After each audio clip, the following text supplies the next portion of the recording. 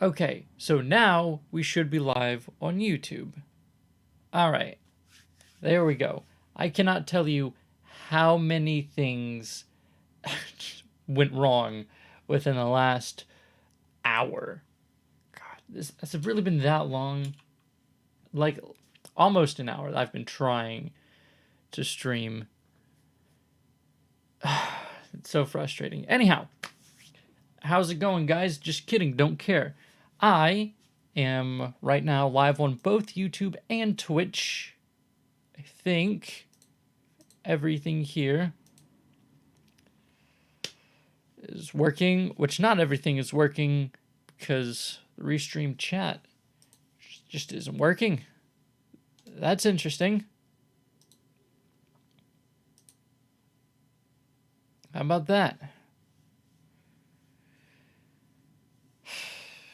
Well, so, as you guys may know, I am currently writing a book. It is a handbook of flat earth arguments and their refutations. Don't currently have a good name for it, but that's what it is, and that's what we're going to be doing today.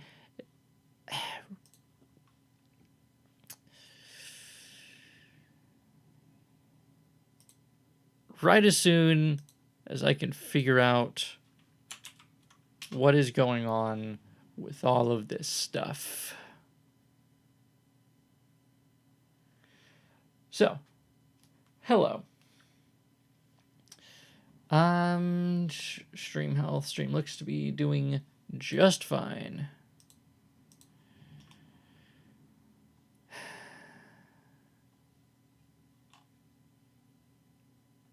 All right, looks like we're going to have 2 chats. Then this, pop out the YouTube chat, and pop out the Twitch chat, which, okay. So like I said, I'm streaming on both YouTube and Twitch. So, if you like these live streams and want to continue watching them after they're done, or like want to go back and watch past live streams, I'm going to be keeping those up on Twitch, which I should have put that link in the description. Okay, just real quick, I'll put it in the chat and the description. TV/. Is this me? It is me. There we are. I know, super interesting so far. So here's my Twitch. For those of you who are into Twitch and into my streams, I think that's how it's gonna happen. If you're watching this on Twitch, you should have skipped ahead a bit. So,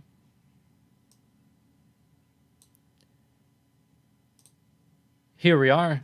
Here's my desktop. I know nothing is set up because everything is messed up right now.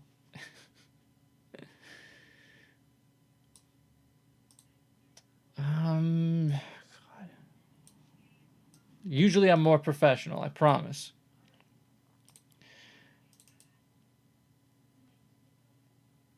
Where are we? Where is it? Right here. So, a Heath live stream at a suitable time. It depends on where you live.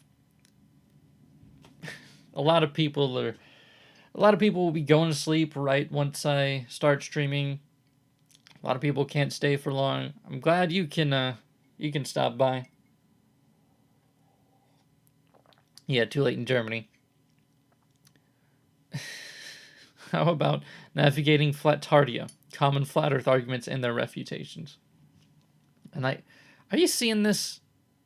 Did you know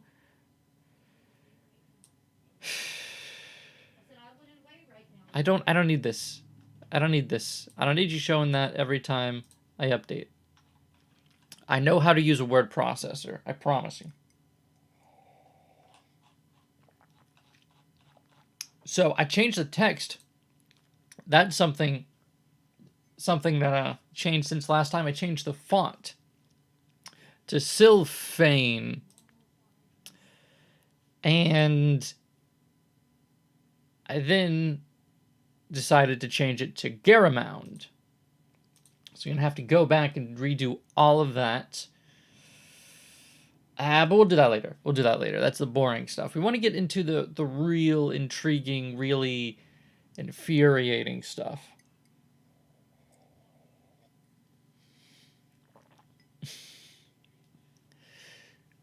And onto the Twitch from YouTube. Yes.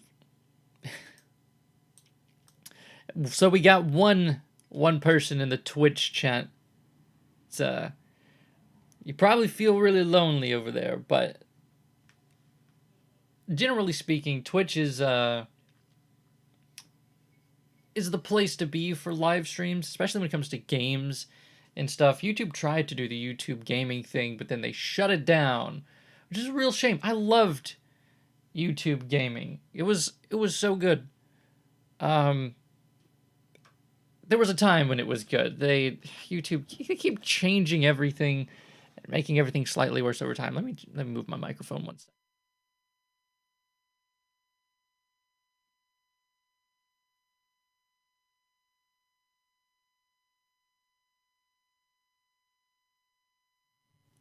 All right, there we are.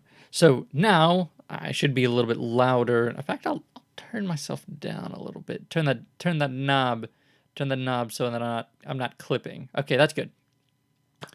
So now you'll be able to hear it when I bump into the microphone because it's so close to me. Wingding. Anyhow. But yeah.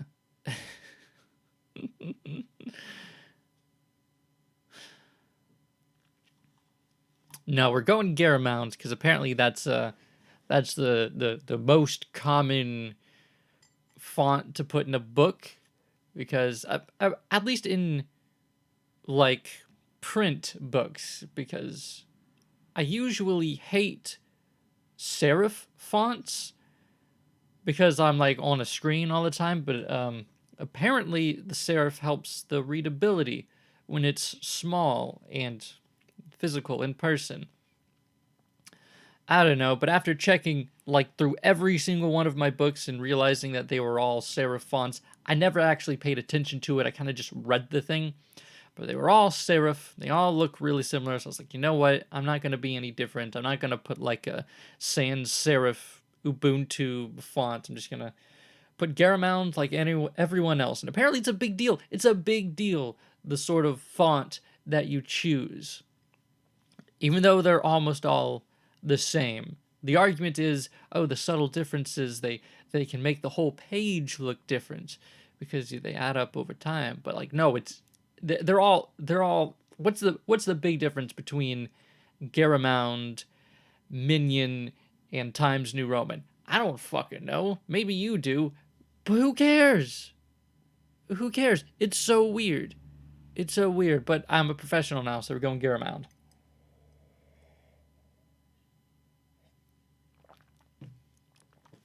Once I decide to change it, because I'm not going through all that again. So we're arguing against flat earthers. We have diagrams to go along with your scientific statement in your book. If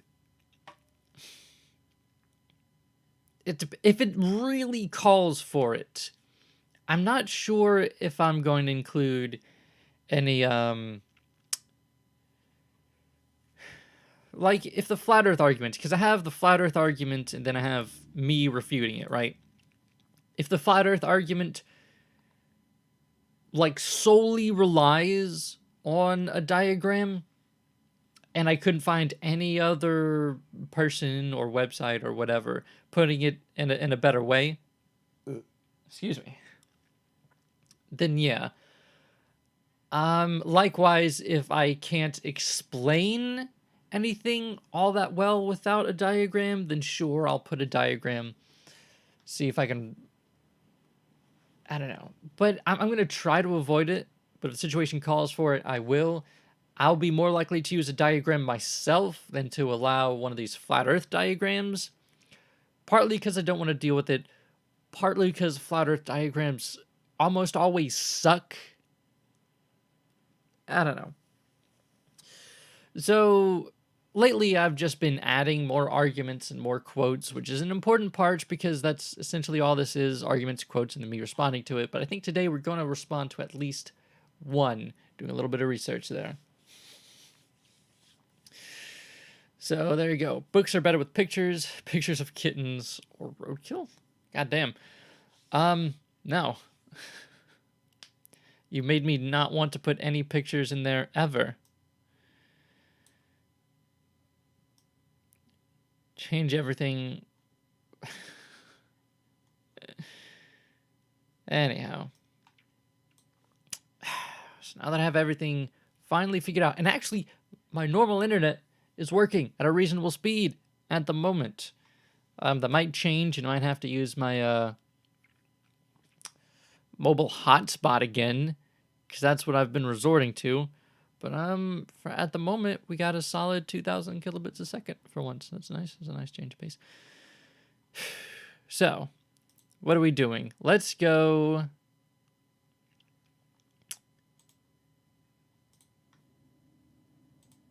You want to look at some more Eric Dubé? Eric Dubé is the worst. And that is why we're going straight to it.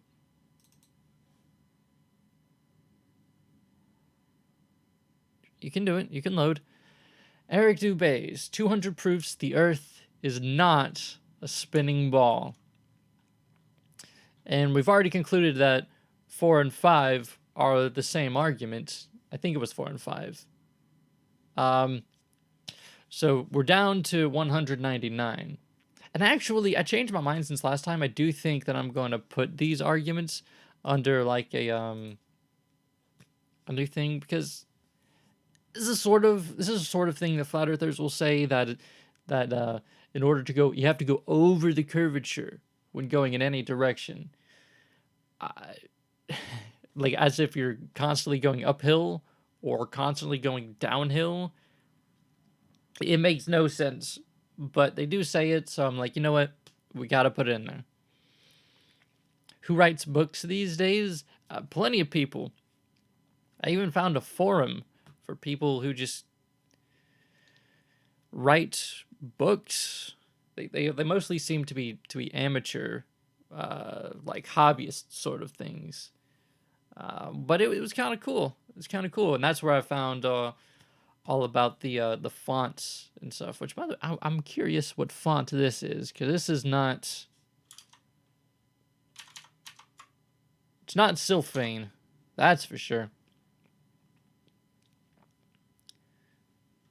I think. I don't know.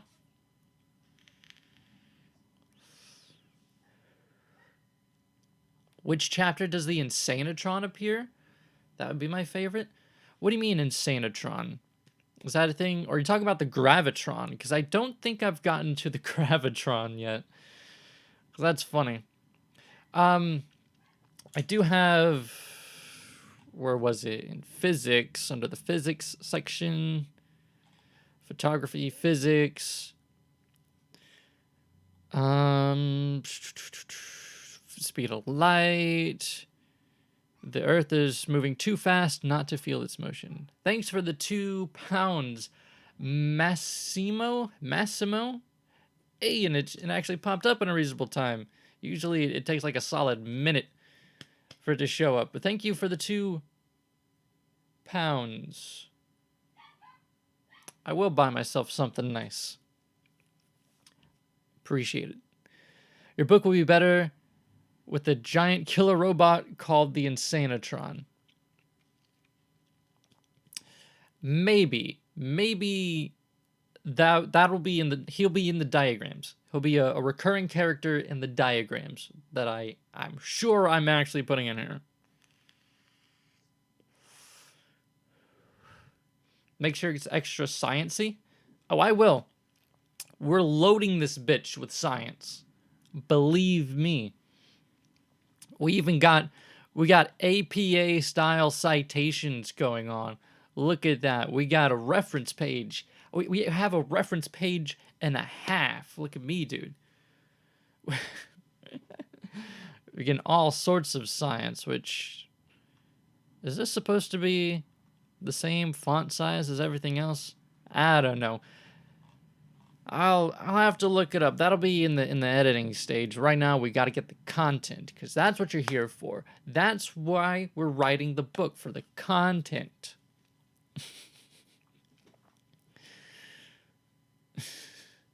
You've now committed to the inclusion of the Insanitron. There's no going back now. All right, cool. But he also looks like a block of tofu. I've decided. That's canon now. He looks like a block of tofu. My fucking hair. I love the way my hair looks when it's long, but I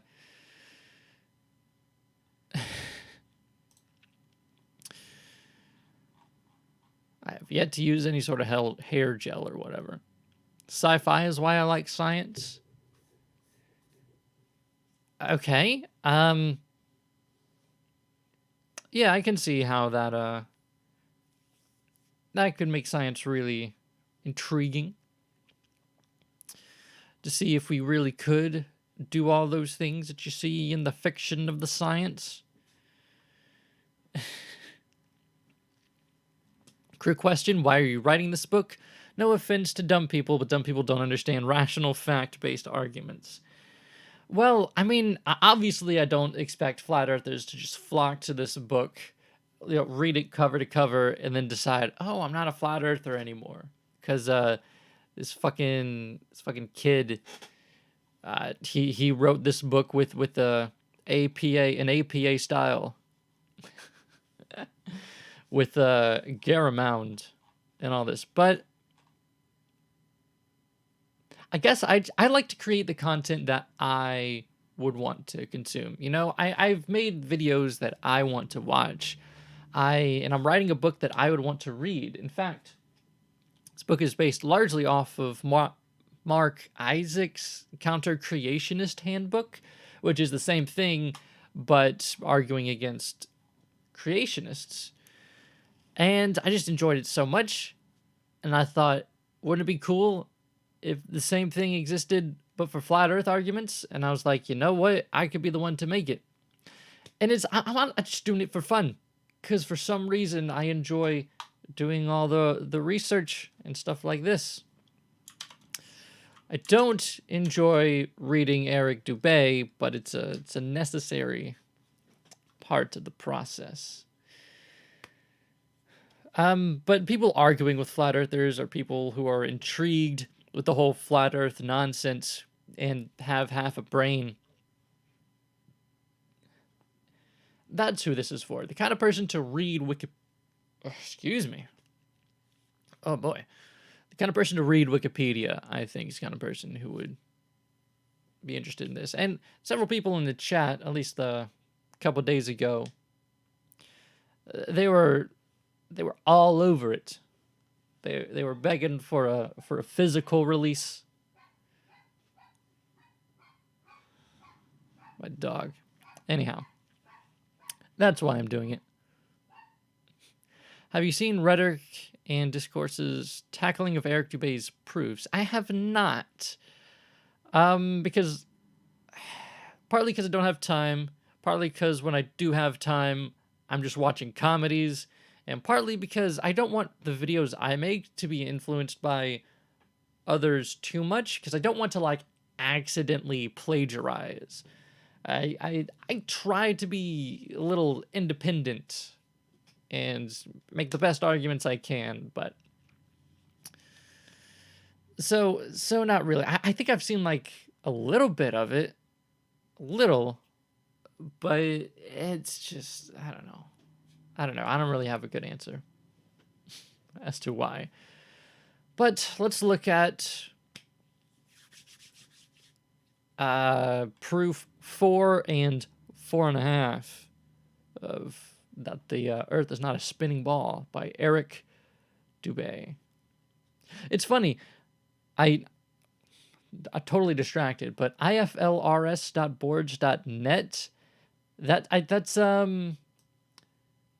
I believe that was taken down because like they have a link here, and if you go to it, yeah, and according to the terms of service, this forum has been taken offline. I think that's funny.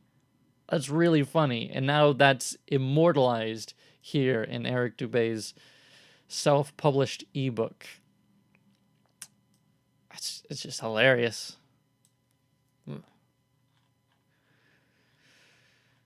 Sorry, I have Tourette's, by the way, if you didn't know that. So if I look insane every now and then, just twitching all over the place, I actually have Tourette's. You probably can't tell from my videos because I edit them heavily.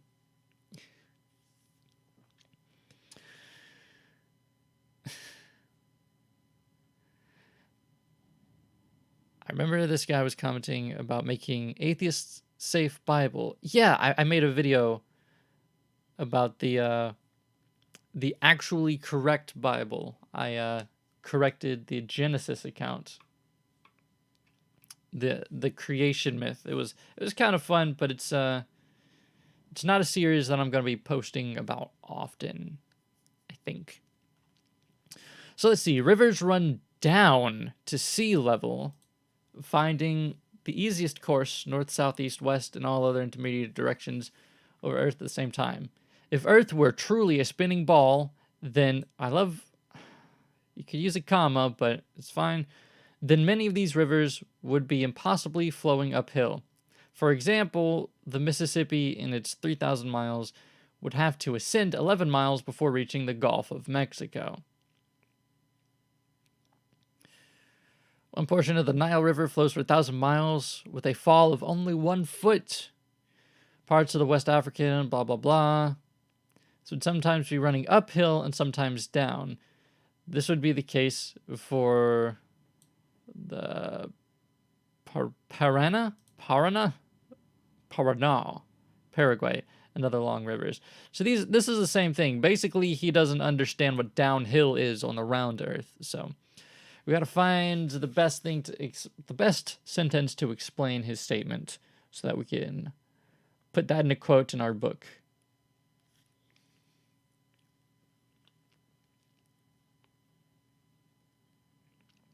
I think this sentence pretty much encapsulates it.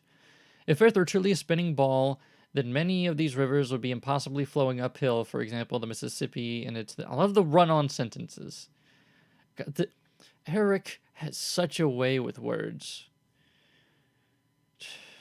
To ascend 11 miles before reaching the Gulf of Mexico. But do I include this bit? Rivers run down to sea level.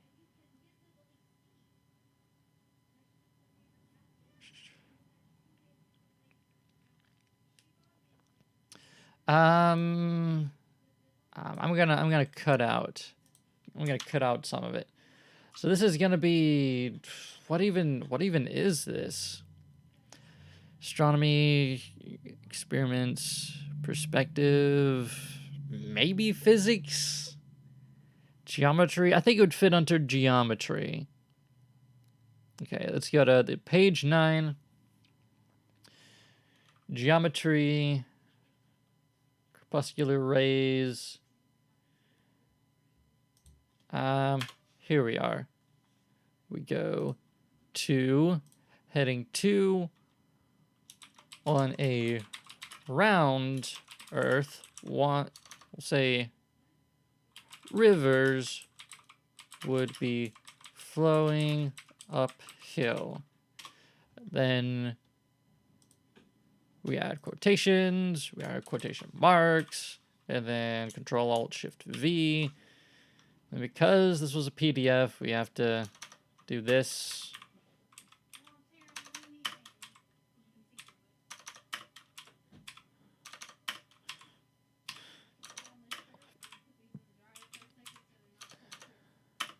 There we are. So sweet. Thank you. Appreciate the compliment.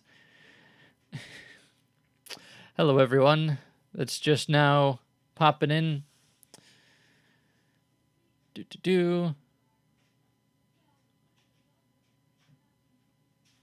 Have you seen any flat earthers or creationists triggered in your comments sections? Yes, but it's hard to filter through the pose and the real ones, you know? So, yeah, I do. I definitely do. But it's mostly just spam.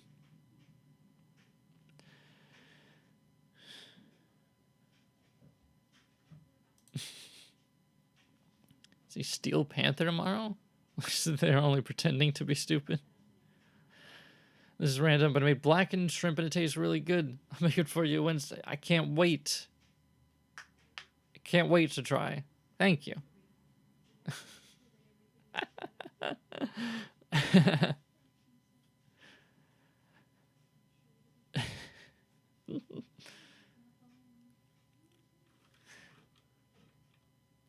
Rivers run down to sea level, finding the easiest course, and then we'll add an ellipses here. So we go ... and space. If Earth were truly a spinning ball, the many layers would be impossibly flowing uphill, for example. Then we go. Is it Dubai? 2015? I think it was 2015.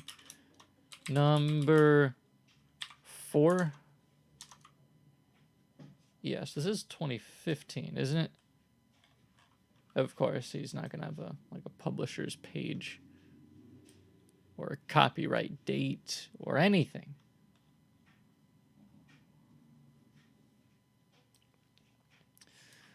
Let's look at my references page. Yeah, Dubai 2015. Yeah, there we are. So that's that. We got a quote. Did you know there's a species called monkey shrimp that lives in trees? I did not know that. Like underwater trees? I don't understand. That's really interesting. Do you think it's possible to come up with a photo/fact in your book that would persuade a flat earther that they are wrong? They seem to just dismiss anything that doesn't fit their model/narrative. I think you just answered your own question. The people who are convinced that the Earth is flat. No, I don't want to learn what's new. Go away. It's really difficult to convince them. Because, nobody changes their mind when faced with direct evidence that they're wrong. Unless you're the kind of person who's like me and very skeptical and, always questions everything. Not everybody's like that, especially not conspiracy theorists. So, I should turn this down. Jeez. Testing. Sorry, my audio levels are all over the place. But in order for somebody to change their mind about the Earth being flat, you really have to make them think that they are coming up with the reasons. You have to present yourself in a way that makes them think, that makes them realize that the Earth has to be a spinning ball. And for some people, it's just virtually impossible, if not actually impossible. I'll be off. Thank you for the stream. Good luck on the stream. Thank you. Appreciate you stopping by. Hope you enjoyed. If you want to catch up on it, it will be up on Twitch for way longer than it will be up on YouTube. Which I totally forgot to put that in the description here. In fact, let me put that in.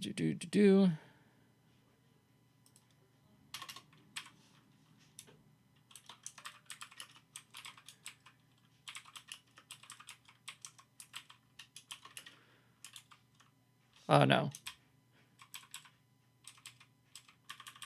I think it was twitch.tv/ Keith Hood. That's me. All right, I'll save. I'm not sure if that made it a clickable link, but we're going to have to deal with it. Anyhow. Is it normal to eat a pound of shrimp at a time? I don't think so. I don't think so, baby. Depends on the sides, I'll say. It depends on what sides you have. Because it's not going to be that difficult to eat like a pound of shrimp on its own. But if you have like rice and vegetables and all this and that, it's going to be a bit filling. So yeah. But if you want to do it, go for it, baby.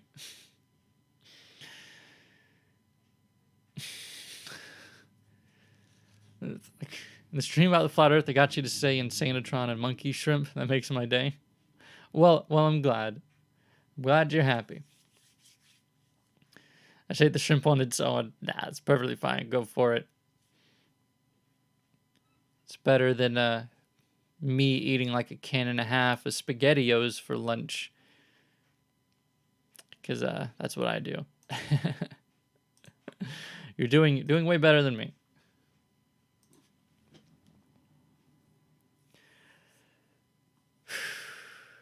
All right. So, I think I want to respond to one of the arguments in the experiments section, because I have an experiments. It's a Bedford level experiment, Cavendish experiment, Aries failure, which I more or less already responded to, Michelson-Morley, which I almost also covered, and that's it for the section so far. So what do you guys think? Do you want to research the Bedford level experiment or the Cavendish experiment today?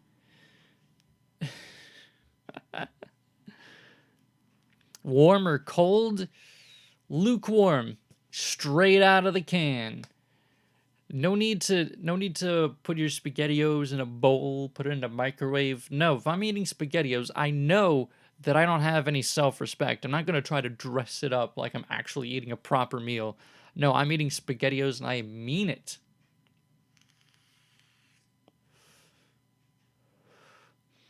Two, Cavendish rules. I think that's 2 votes for Cavendish.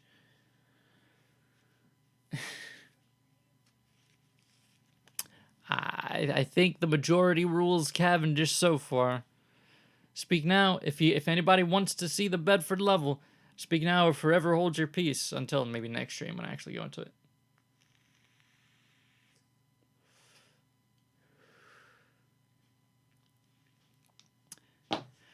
Looks like we're doing Cavendish, boys.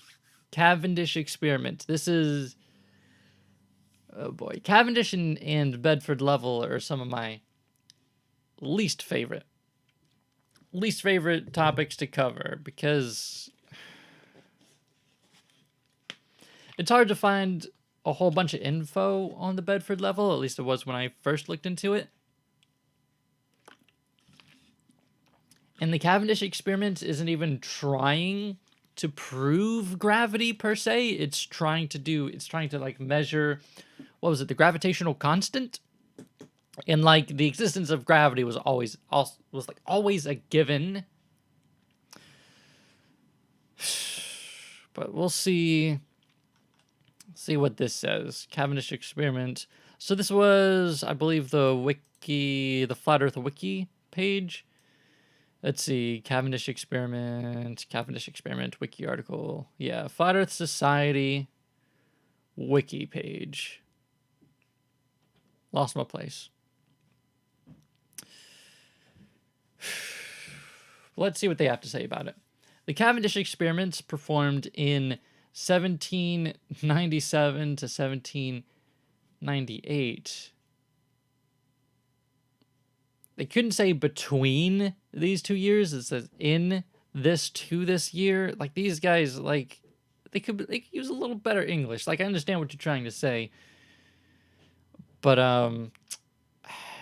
they try to be educated over there in Flat Earth land. Cavendish, please. Did he account for electromagnetism? Genuine question I got from a flat earther. Electromagnetism. There was this one YouTuber who redid the Cavendish experiment, and it was so good. Such a good video. But basically, electromagnetic force.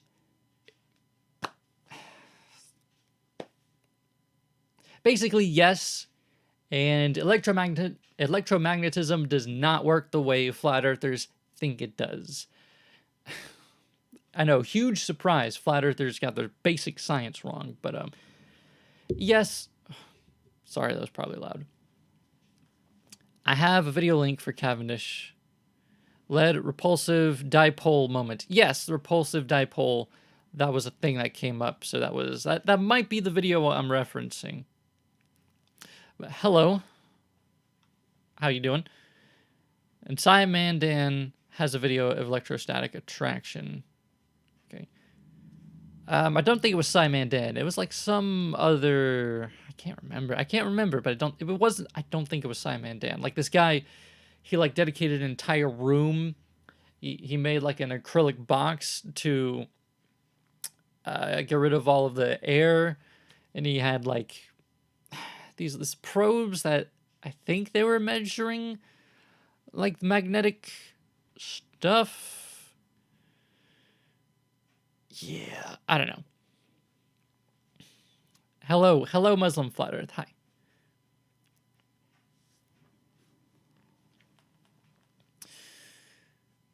So let's see what they have to say. Was alleged to be the first experiment to measure the force of gravity between masses in the laboratory. Kind of, but not really. They actually had a proper ellipses in this one, I guess. Neat. Instead of just 3 periods, there's an actual character for ellipses. Doesn't matter. But Cavendish experiment is often held up as evidence for the universal attraction of mass and as proof for gravity. However, the detection of gravity has been fraught with difficulty, giving erratic results. The use of experiments and the use of this experiment as demonstration of the universal attraction of mass is further faulted at its premise. The experiment is a matter of observation and interpretation. I think you are a matter of observation and interpretation. So, first things first, I always like to stop at... Where are we going? Let's go scholar.google.com. And we'll just type in Cavendish. You could also go to wikipedia.org, Cavendish experiment, and that'll usually we'll be able to find a reference to the original experiment here.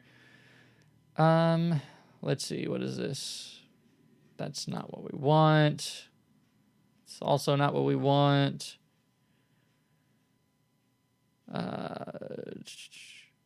Cavendish. I think this is it.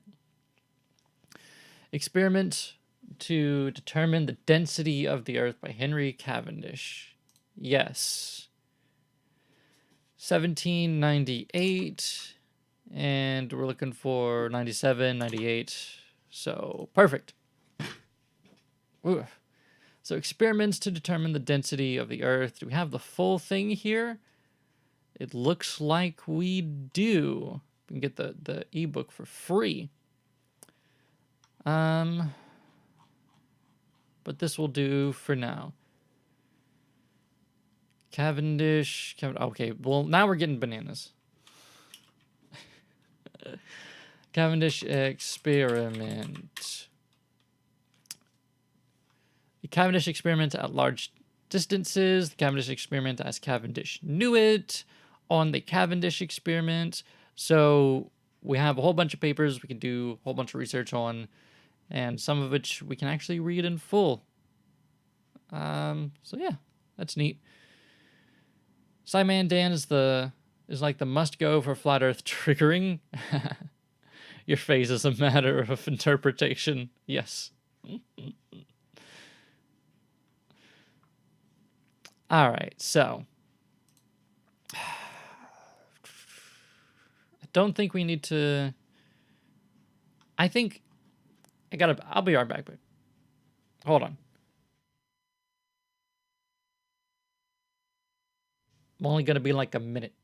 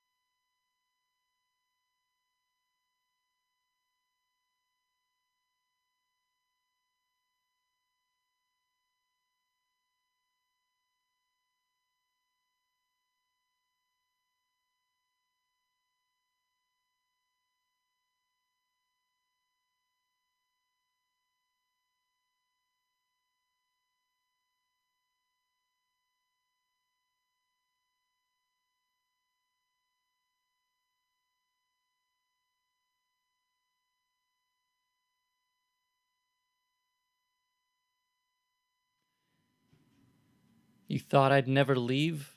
What did you ever think? I'd come back? Anyhow, sorry for that. I'm just so hydrated right now that I gotta pee every 5 minutes.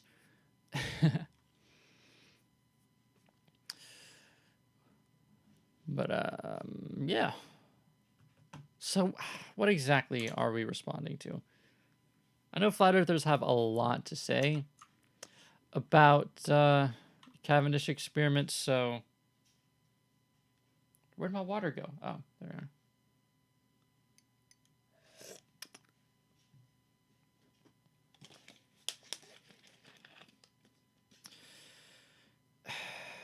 So we need to explain that the Cavendish experiment is reliable and that it does prove that that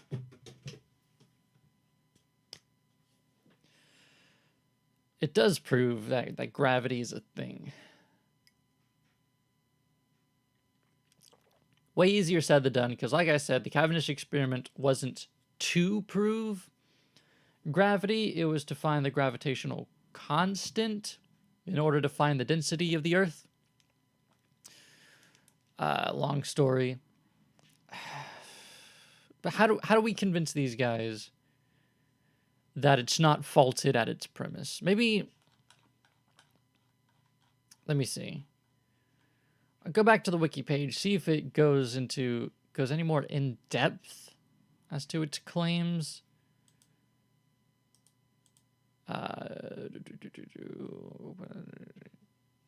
Copy hyperlink location.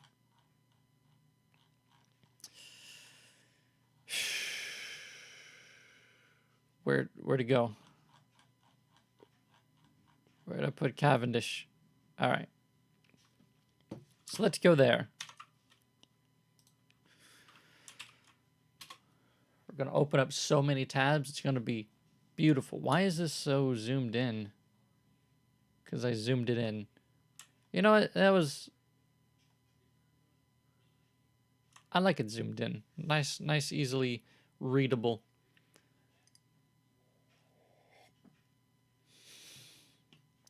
I have a digital watch about a market. Something.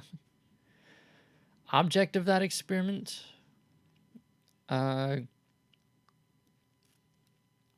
Cavendish was not to prove gravity, but rather to use gravity to calculate g, gravitational constant of the universe. Yeah, like I know I can say that. I can put that into words, but I don't know. Yeah, so it does go in depth. Does Dubé have anything to say about Cavendish? No, he does not.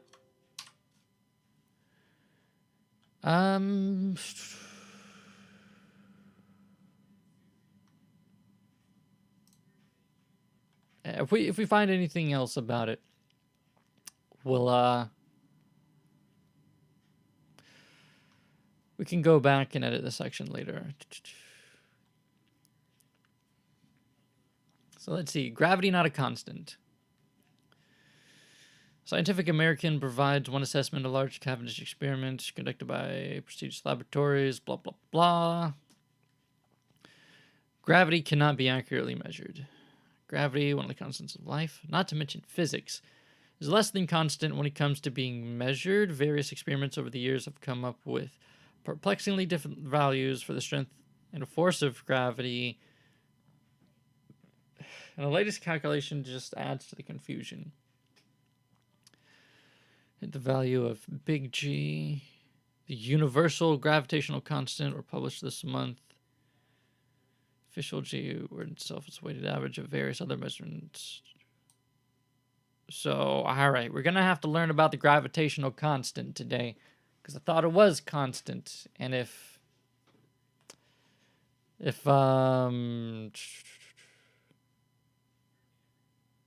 Scientific American is right here, we have a lot more explaining to do.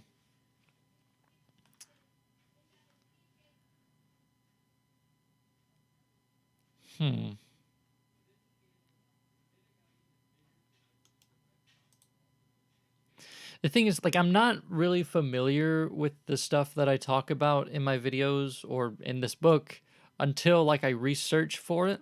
So, we'll have to see.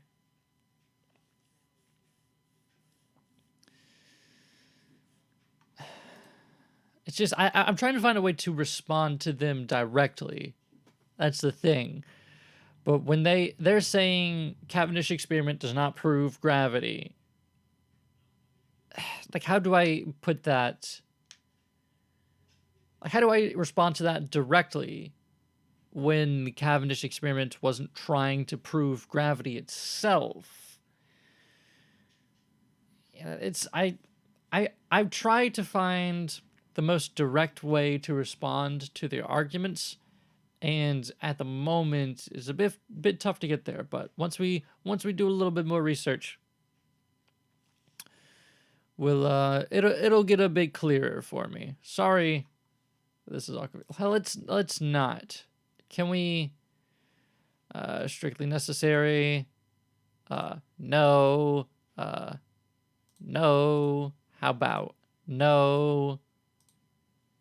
Okay, never mind. Okay, there you go. Hop off. Oh my God, I don't care. Can you go away from the top of my screen? I hate these overlays, dude, especially on mobile.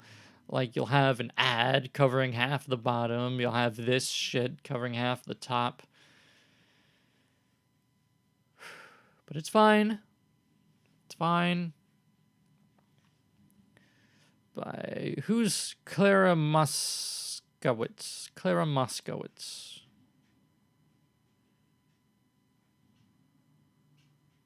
Is not gonna give me like a bio. It's just here's all she wrote. All right, that's cool.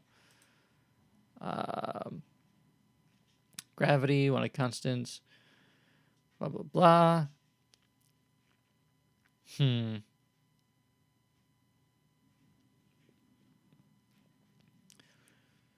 That's 241 parts per million above the standard value, which arrived at blah blah blah.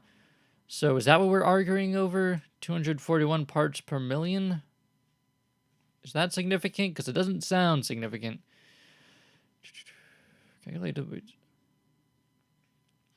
These values differ from one another by as much as 450 parts per million of the constant, even though most of them have estimated uncertainties of only about 40 parts per million. Okay. You're right, but it never set out to do that. Yeah, precisely. The constant thing here is my love for you. Thank you. Thank you, Bleach.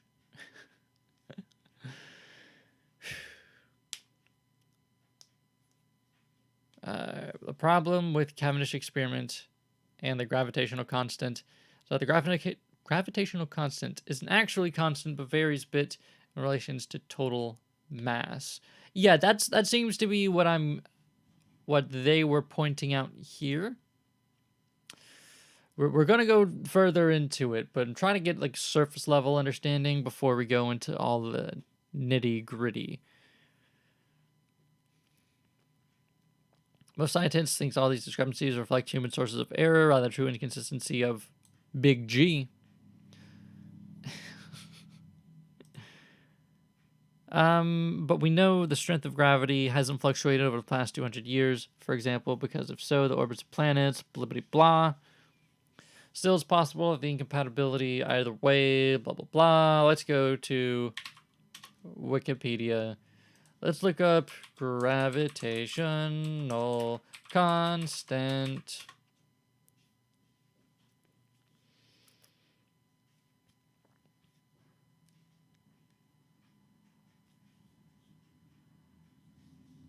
Let's see. Because usually Wikipedia is a good place to start to find information. I'm not going to cite Wikipedia for anything, but if we want to figure things out, Wikipedia is a good place to start because it's usually reliable because they do cite their sources, in case anyone was wondering.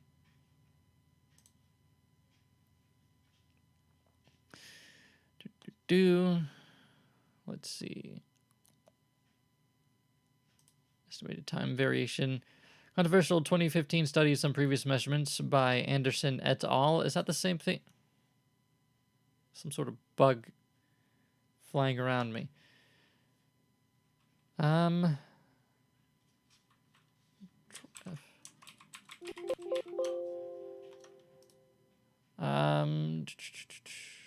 2015.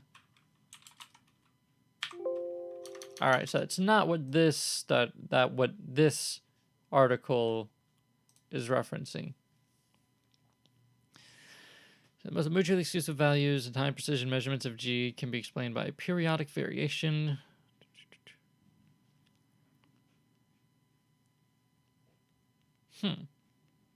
Variation was measured as having a period of 5.9 years, similar to that observed of blah, blah, blah. So let's note that Anderson et al. Not only omitted measurement, but they also used time of publication rather than the time the experiments were performed.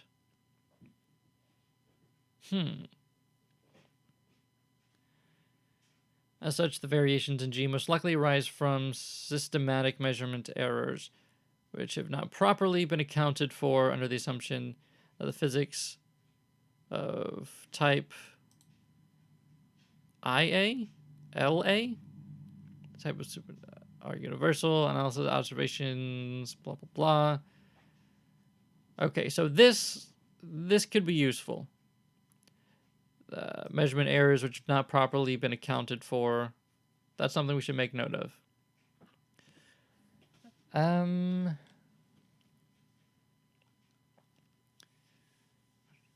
We've remained compatible with Hale, but relative uncertainty of 0.1%.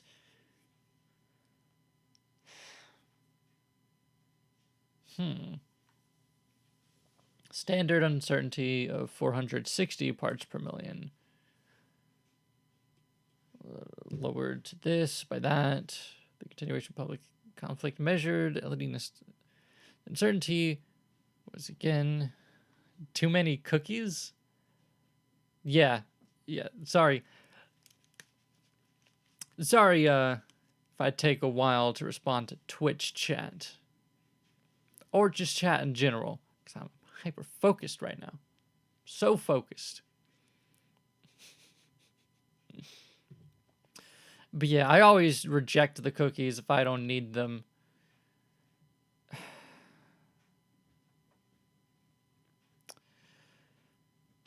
In the January 2007 issue by a new technique, atom interferometry, 2,800 parts per million higher than 2006. An improved cold atom measurement was most although much closer to the accepted value. The result was 325 parts per million below the recommended 2015 with nano-black. So we actually can't really seem to find the precise gravitational constant. So that's interesting.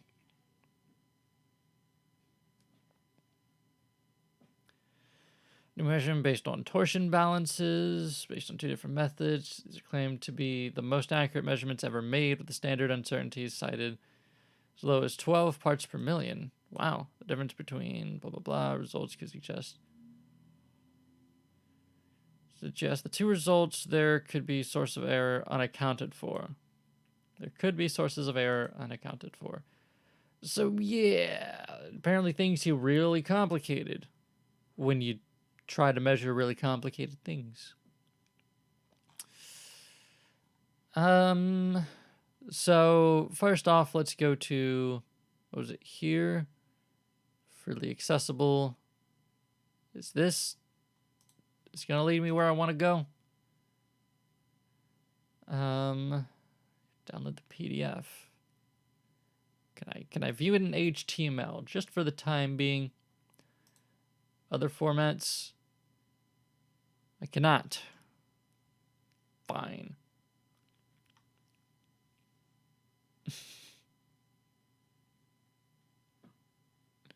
Don't worry, chat isn't helping much unless you're infant pasta. It makes me feel like a pro. Yeah, like thing is, like I wanna talk to chat. I wanna be connected with you guys. I wanna chat with my audience. Get to know what's good. But it's hard to focus on 2 things at once. At least for me. Some people are much better at it than I am. But yeah. See universetoday.com? Maybe later. For right now, let's just download the PDF. Or just open that in a new tab. Okay, that's fine. So we don't have to download it quite yet. So good. So let's see. Small strange variations. In our approach, we adopt standard candle delineation of redshift distance, the Elma limit, contrast. Commercially, one may adopt laboratory results prior constraint if it's favorable. The conclusions of cosmology complements the other experiments in limiting G variations. These 2 quantities. Generic. So it doesn't tell us what we need in the abstract. Luckily for us, we have the whole damn thing. Such variations of G most likely arise from errors which have not previously been accounted for. So that's what we're looking for. We need a citation for this. See if this is true. So it's error.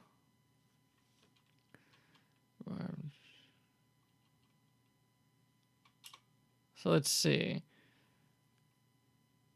They hands are prepared to adopt a better rating. It's not negligible to the error budget, but should not be ignored. How severe a constraint does this error analysis gives the term? First.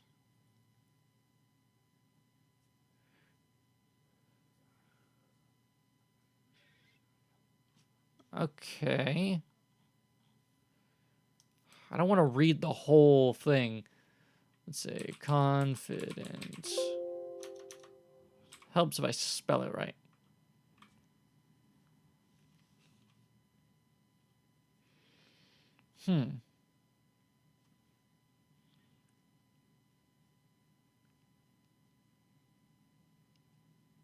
thing is, most of this is going over my head, so I don't want to misuse anything.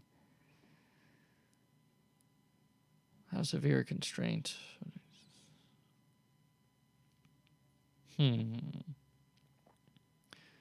Further contradiction with the age of globular clusters when they are formed, except temperature, sensitivity, and cycle.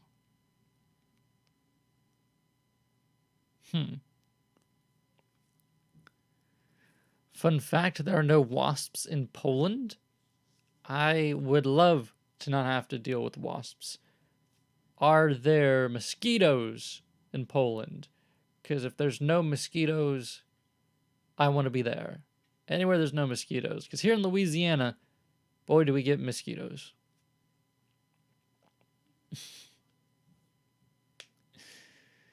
You might have to read a bit more than you're wanting to. Some of this stuff gets really very fast. Yeah, I know. But just for like an intermediary look, I want to see if I can find where the information I want is, and then I can read the context from there.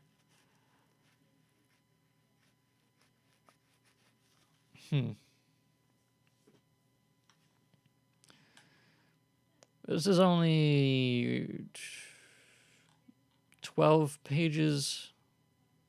Let's read the summary. Let's do that. Let's read the summary. Because I usually jump to the conclusions anyway. The validity of the SNIA standard candle predicts the stability of G and the stability of F. The fraction should the former in this paper derived from constraint over cosmic time. The limit 2 orders magnitude weaker than that of the lunar ranging, but this is current epoch. Cosmic time. The limit is 2 order magnitudes weaker than that arising from the great sensitivity of the Our result is an update of Gastanyaga. Interesting name et al.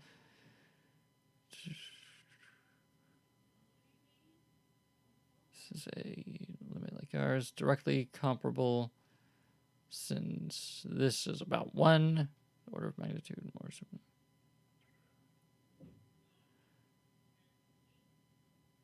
Caution would dictate that experiments to measure the equation state of the universe carry the caveat that F and G stability is assumed. For the latter, lunar laser ranging is available as prior limits. Former has not been quantified demand. Further understanding this in a mechanism.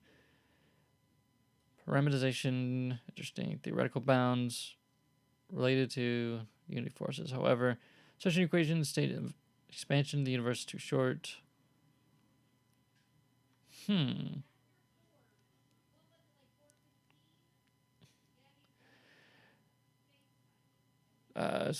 There is very little intermediary information out there. Yeah. Saying universitytoday.com gravity constant. All right, let's see. I'm just gonna Google University Today gravity constant. See if we can find it there. Gravitational constant. Gravity constant and gravitational constant. They're 2 different pages. This is the one. No. You can take your newsletter and shove it up your ass. Cookies. No. Fuck off with your cookies. Look at this. Can we not? No. Oh my god. This. So let's see. / caption. Love it.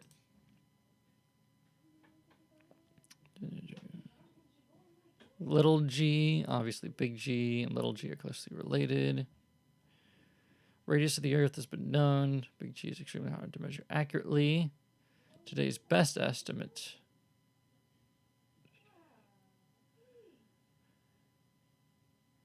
Okay.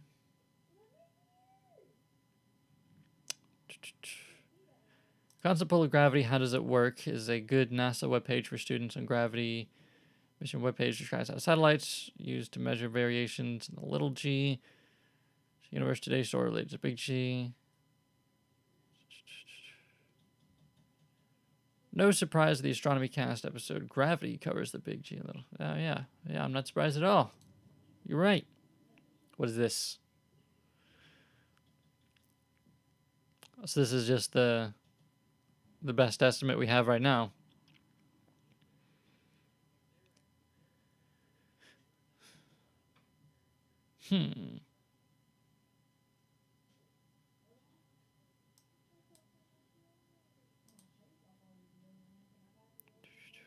Standard uncertainty, relative standard uncertainty. Neat doesn't help us right now. No. Is this gonna help?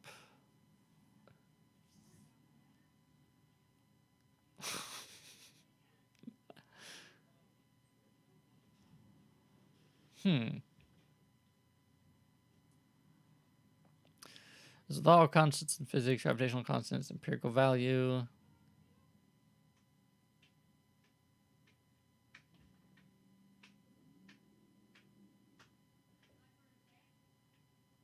I don't think this one's going to help us as much as the other page did.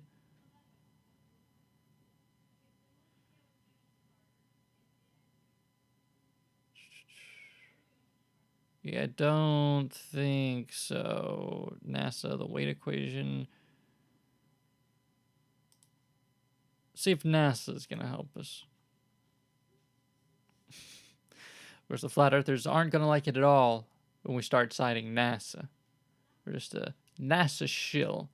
That's fine. Deviation from Einstein's gravity. Blah, blah, blah.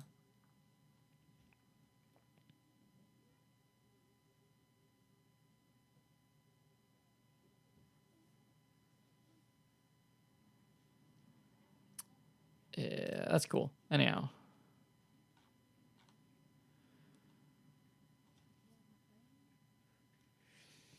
All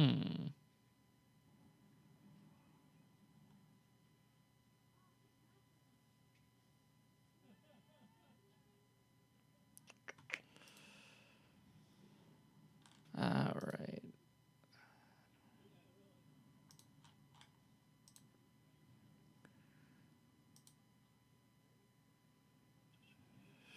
I don't even know if this sentence is what's being cited in this citation here, because this citation might just apply to this. And that seems to be what we were reading from here. So data collected over a decade. There's no correlation with length of day measurements. So let's just go back to Google Scholar. See, gravitational constant measurement. See, we'll find more relevant results that way. Determination of the Newtonian gravitational constant.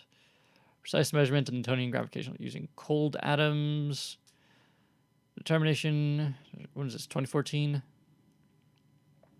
The atomometry. Measurement of Newton's.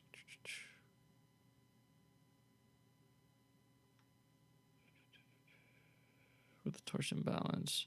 New precise measurement. Submarine measurement.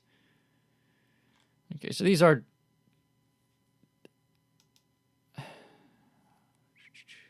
So this is from 82.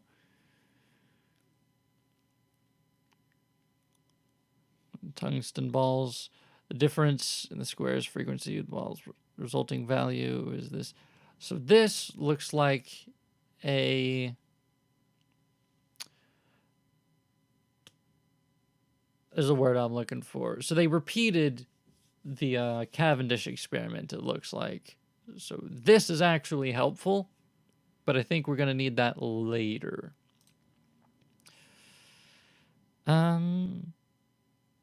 Let's see. Using cold atoms. You're going to have a huge problem when addressing the theory of gravity. It's an entire set of books on its own. There's no succinct way of describing it. Yeah, I know. I know this is going to be extremely difficult. But I'm going to try. I can try and you can watch. I know this is no easy task, but at the very least, I'll put it this way. What I try to do is take the flat earth claim, respond to it directly, and then move on. And I don't always... In my videos, I usually try to give a sort of concise, easily digestible explanation, but I think here, if I can find an answer that will like directly relate, basically I'm just finding a direct answer to their concerns, I guess. I'm not going to go totally in depth if I don't need to, because it's not like they go all that in depth either. Large discrepancies in the result prevent from knowing its value precisely. So that's exactly what I wanted to hear.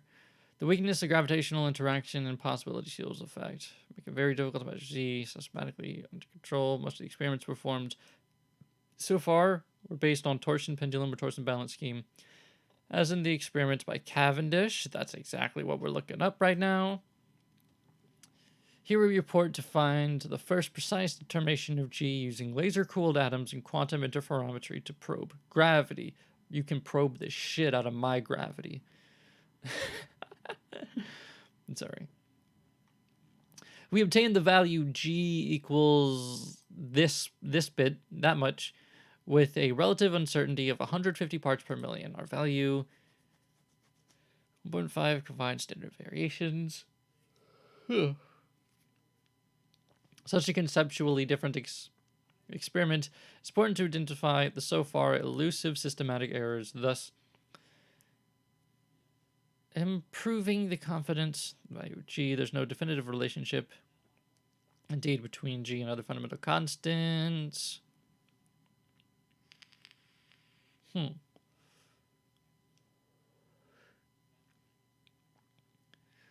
That's important for the key role, the fundamental constant of gravitation, cosmology, particle physics, blah, blah, blah. So this is what I wanted to see. These guys say it used to be imprecise, but now we made it a little bit more precise. I know Wikipedia talked about this a bit, so we'll see how precise it's gotten. NIST to radically increase the standard uncertainty, 1998 recommended value. The uncertainty was again lowered in 2021 what's RIS, then more conservative 20%, matching the standard, blippity bloppity blue. We did reduce the uncertainty to 46 parts per million, less than half the 2010 value. Okay, so in 69, we got this.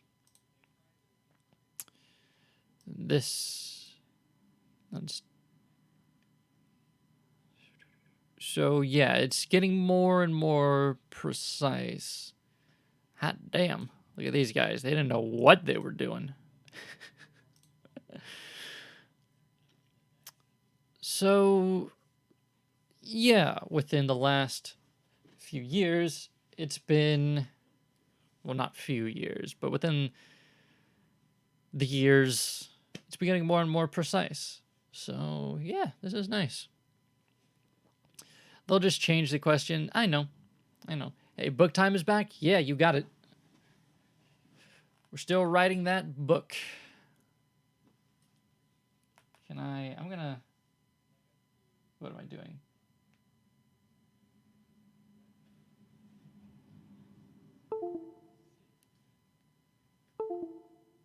All right.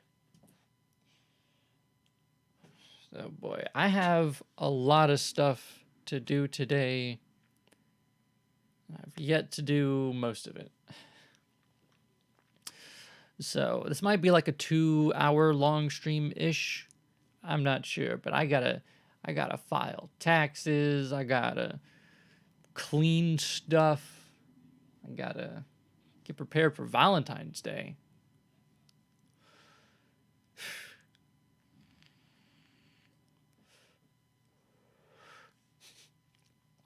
If gravity pulls you down, how are all the people in Australia not floating into space? That's a good point. It's a dumb point, but it's a good point.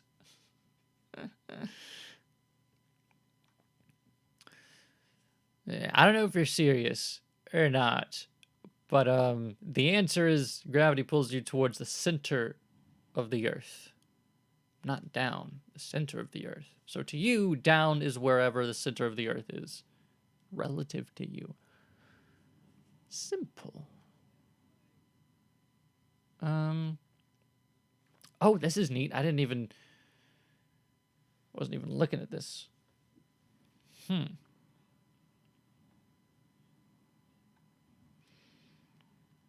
Values recommended based on literature review are shown in red. So that's based on the literature review, the red there. My colorblind ass is having a hard time. There's your torsion balance experiments in blue. So, okay. Other types of experiments in green. Okay. So, the red seems to have their stuff together. And everyone else is all over the place. So, based on literature review, yeah.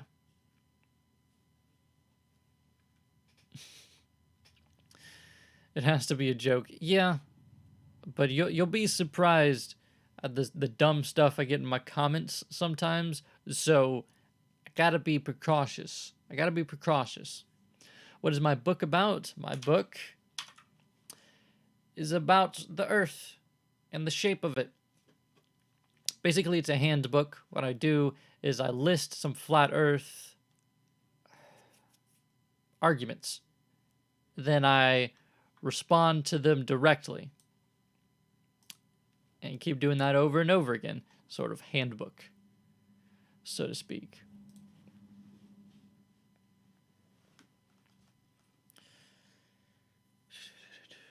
So, no, we're doing Cavendish right now. Cavendish. You gotta go text body, blah, blah, blah.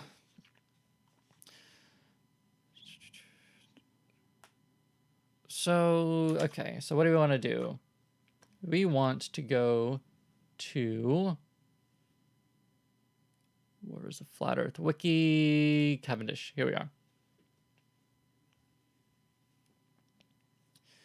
I think I'm going to give a little bit of introduction here and then give another quote here.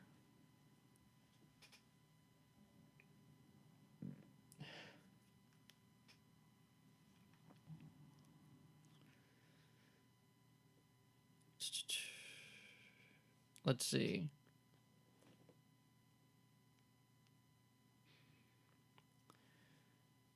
Change laboratories and explains that, unlike other fundamental forces, gravity cannot be accurately measured. The results of a painstaking 10-year experiment to calculate the value of big G universal constant were published this month. Are incompatible with the official value of G, which itself comes from weighted average of various other measurements, which are mostly mutually incompatible and diverge more than 10 times their estimated uncertainties. All right, so is this... Yeah, this is part of the quote of this.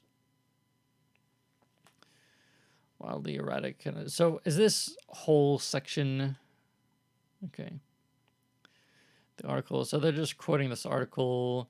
Value of sophisticated laboratory experiments differ. There's as much as 450 parts per million, the gravitational constant. The weight of a few cells compared to the masses involved in the experiments, the amount of errors. The amount of error makes the experiment inaccurate. The effect from gravity is a small portion of the range seen. These results need to be consistent to pinpoint.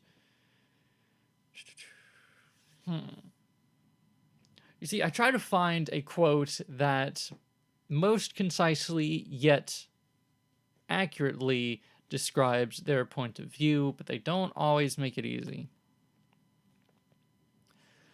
One cannot merely assume the experiment is detecting a multitude of admittedly stronger effects causing. While the ranges discussed are small, so too are the forces and modified results. One quickly sees the consternation of physics involved. The weight of a few cells can be caused entirely by mechanism which is not gravity.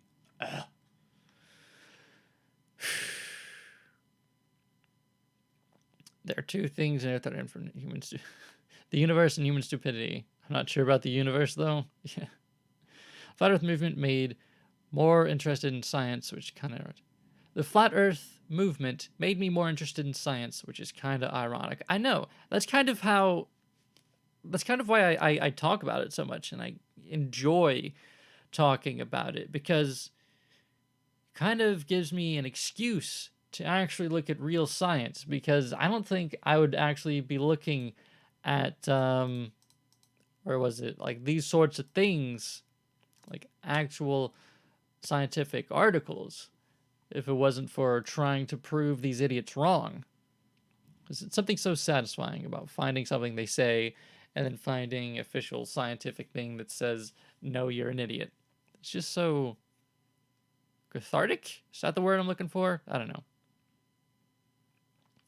And the anti-vax movement made me more interested in gas chambers. Oh my god. Yeah.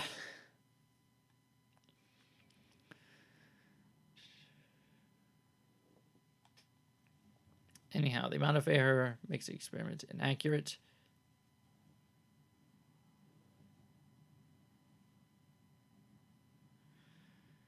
There are plenty of forces. Okay, so I think this is going to be the whole. There are other forces that could cause it is going to be another section.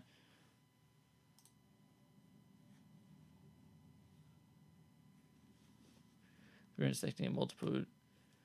One cannot merely assume that the experiment is detecting a multitude of admittedly stronger effects to cause the inconsistent results, but that gravity is in there somewhere.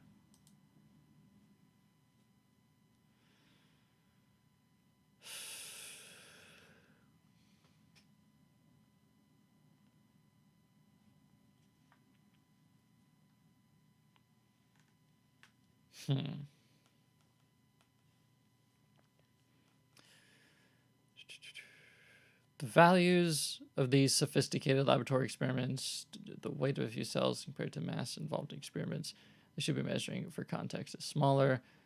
The uncertainty for measuring the gravity of the opposite mass with the equipment should only be about 40 parts per million, yet the value observed far more erratic, over 10 times their estimated uncertainties. Quite a curiosity, the strength of gravity of our universe would increase or decrease by over tenfold when tested at different times.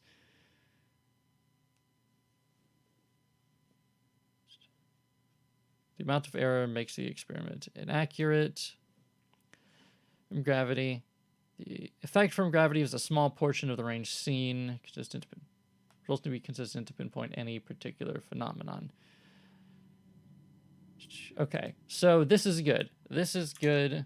So here we'll have write an introduction here. And then we'll get back to that. Then here we'll have quotations. Doot. Then that'll be Cavendish experiment 2020. Then Control-Alt-Shift-V.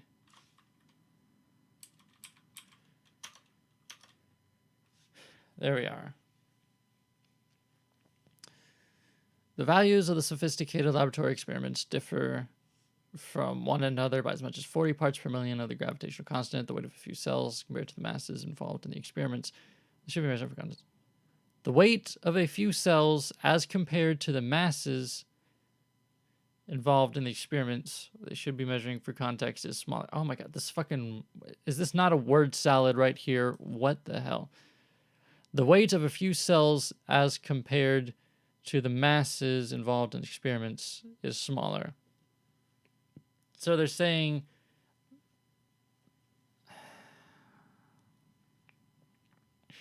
they're saying that the weight of a few cells is smaller than the masses involved in the experiment. The uncertainty for measuring the gravity of the opposite mass with the equipment should only be about 40 parts per million, yet the values are far more erratic. Okay. It's true that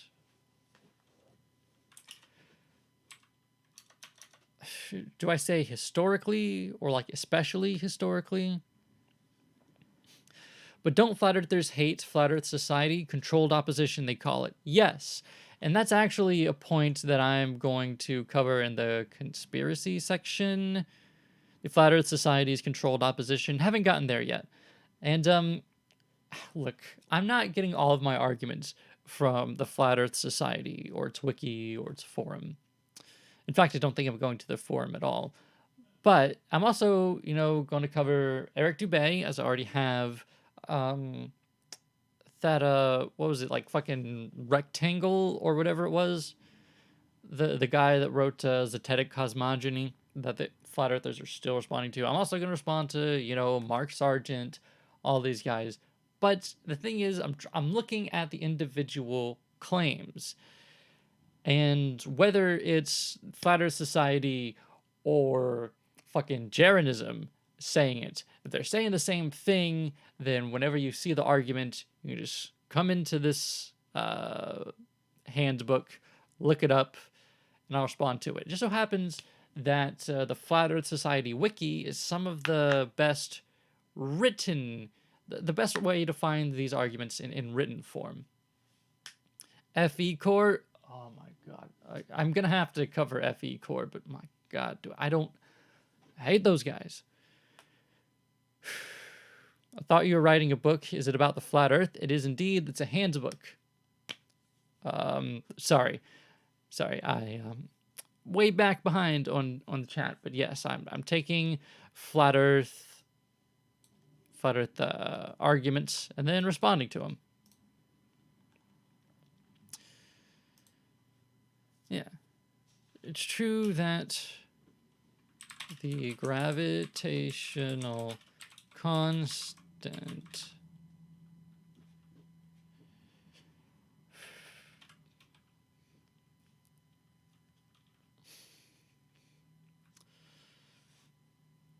how do I put this? Hate is such a strong word. Yeah. All right, fine. Hate is a strong word, but I really, really, really don't like FE Core. That was a song. Plain White Tees. Hate is a strong word. I can read so much BS without going insane. It's a lot of mental strength. I know, for some reason, it is indeed painful to read the Flat Earth Society wiki.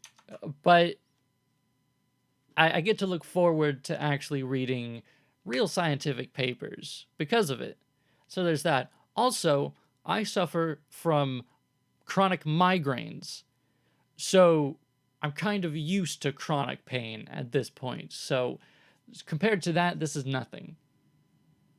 My migraines have prepared me for this point. You get used to it, kind of, yeah. I mean, once you've heard the arguments, like everything here, I've heard it all before. You keep hearing the same arguments over and over again. So now, the first time you hear it, you're like, oh my god, they're so fucking stupid. But after a while, it's like, oh yeah, that one. Yeah. But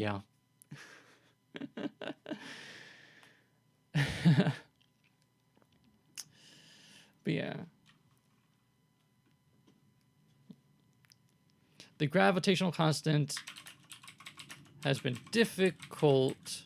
I wish I was better at typing. How did I misspell difficult? 2 F's.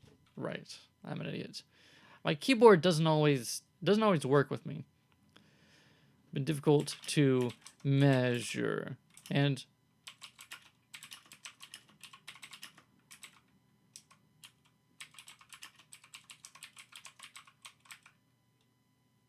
Really. However, really? Inaccurately. I keep doing that. Wonder if I'm dyslexic or something. Except that's not what dyslexia is, I don't think. However,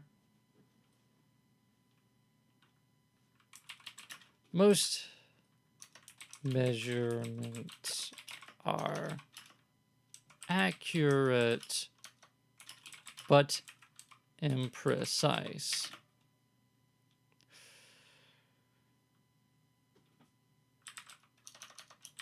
The amount of error doesn't make the entire experiment inaccurate.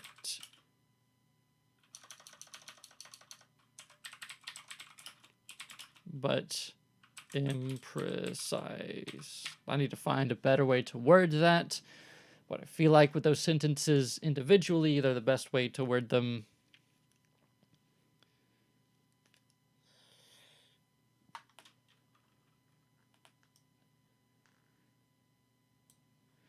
It's true that the gravitational constant has been difficult to measure, and that it has been measured inaccurately.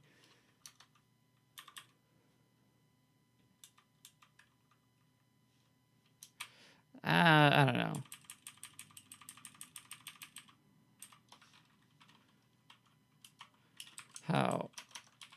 However, there you go. That's much better.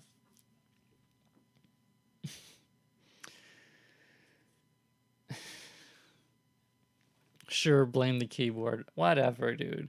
Whatever. It's just, I don't know. It's a cheap keyboard. It really is. I don't know what to tell you. It's the cheapest Chinese mechanical keyboard I can find. One of the Red Dragon ones. And it's nice to finally have a mechanical keyboard, but not so nice to have those Chinese switches.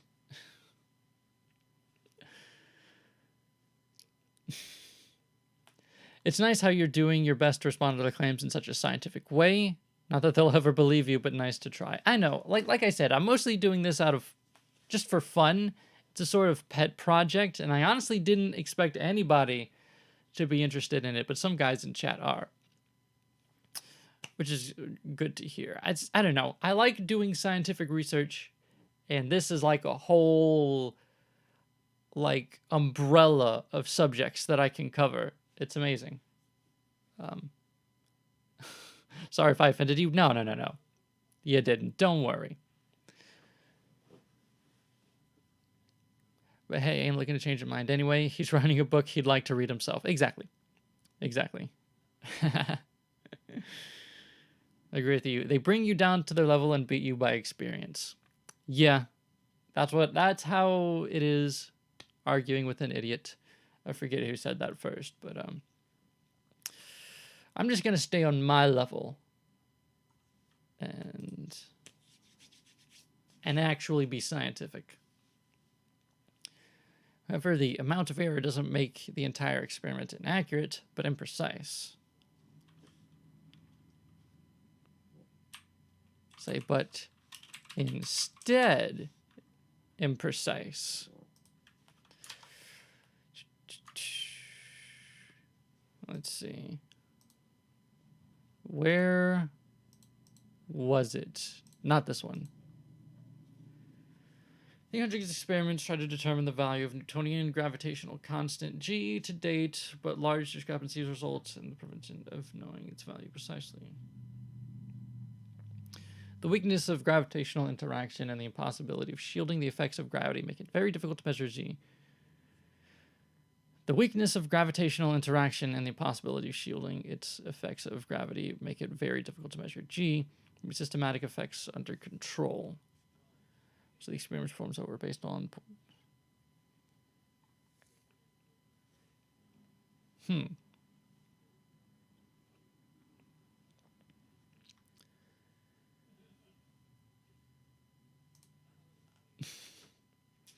If you ever complain about your loneliness, remember the people watching you writing a book. Yeah. Whenever I feel lonely, I'll use a fucking word processor for the whole internet to see. And you guys are dumb enough to watch me.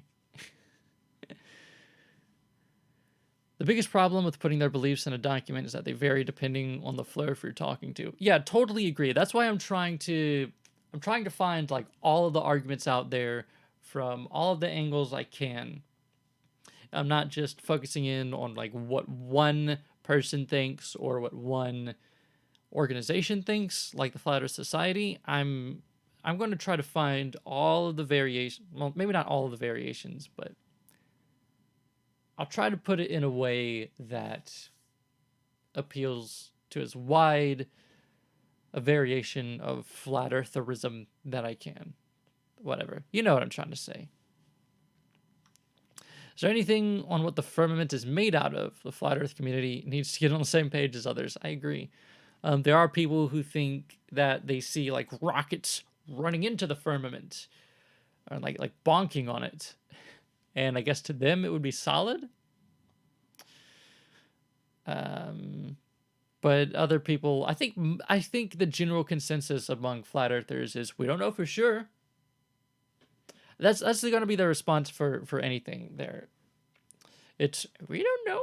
We're not claiming we have a complete model that is completely verifiable or falsifiable. I'm just gonna we're still making up this hypothesis as we go along. That's what they do.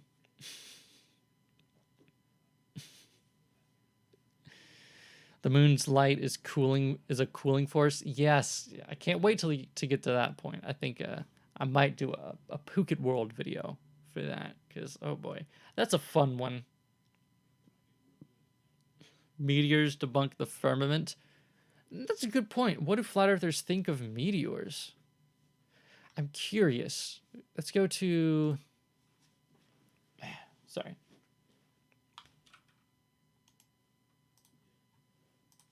See if we can find meteor. Celestial sphere.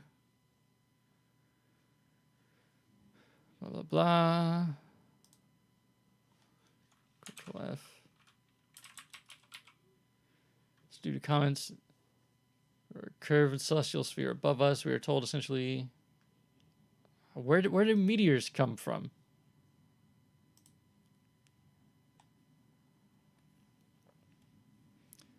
Meteors describe arcs on the celestial sphere. They're part of great circles. Plotting a meteor.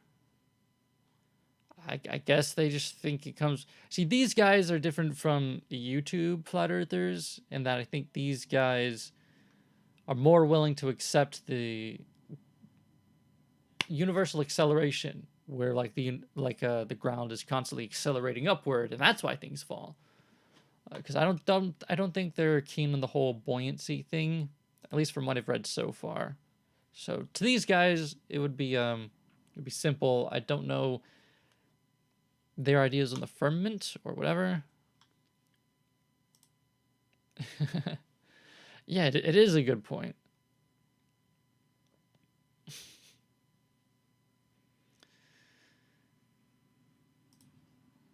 In fact, I do think that I do have a point in the book where I'm going to talk about the firmament. I'm not sure if I have it there already. Astronomy. Yeah, Earth has a dome or firmament over it. In fact, I'm going to go text body. Meteors. The fucking E key, man.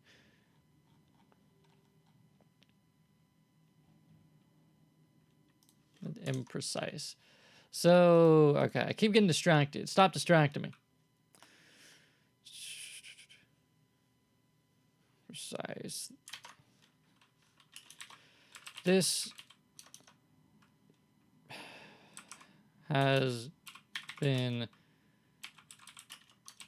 known in the scientific community? Do I say scientific community? Do I say in the field? This is well known in the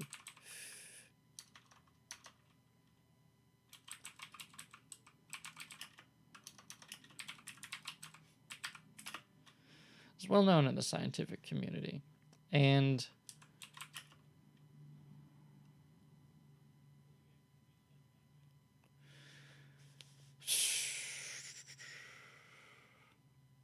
well, actually, if you reference it back far enough, the firmament is basically our atmosphere in the oldest of texts. I wish I still had some older reference materials out there. Yeah. Apparently, like in the Bible, the actual Hebrew word that they use means expanse, which I don't think that's terribly helpful, but that's apparently what it means. I don't know. Let's see, is this... I'm messing with the audio levels for a minute. Okay. That's... Hello, testing, testing, testing. Okay, that should be good. Thought stars were just holes in the screen, light goes through the sky. Yeah, that's what some flat earthers believe. Their beliefs are all over the place. That's why I'm going to try to put as many of their ideas as I can. Because, like, for gravity, I have buoyancy accounts for gravity, universal acceleration accounts for gravity. Well, I guess that's the only two I have so far. Yeah.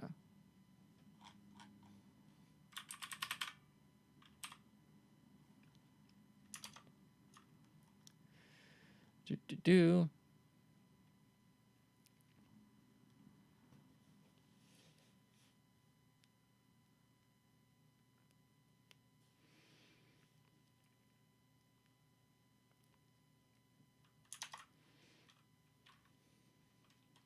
Maybe I should take out the well-known. I'll say the community and density accounts for gravity, says Sleeping Warrior. How did I put it?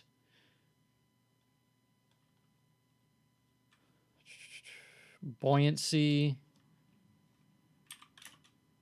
we'll say, or density accounts for gravity. This doesn't make sense. This is known in the scientific community. And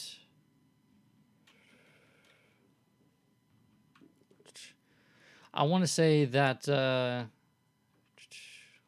let's see. How do I put it that they have... I'm just thinking aloud here. You don't have to answer, but that they've used other ways of measuring it.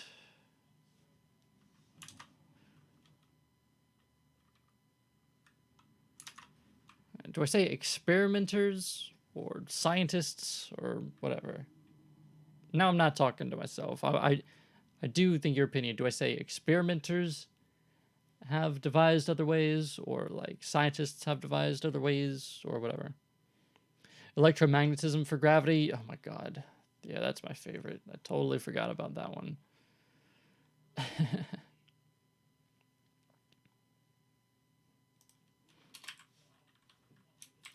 Electromagnetism accounts for gravity.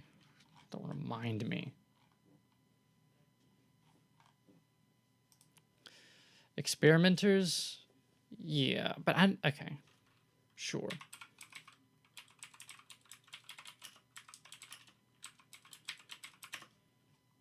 Experiment. It's an ER, isn't it? Yeah. Have devised other ways of measuring the gravitational constant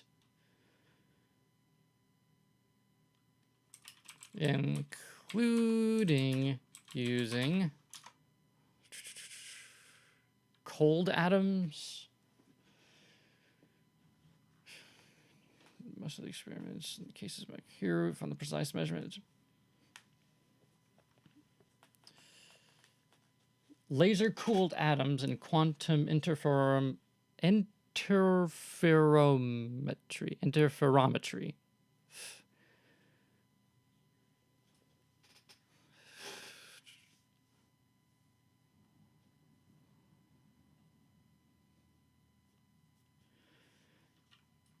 Including cooled atoms and quantum interferometry. Cooled atom.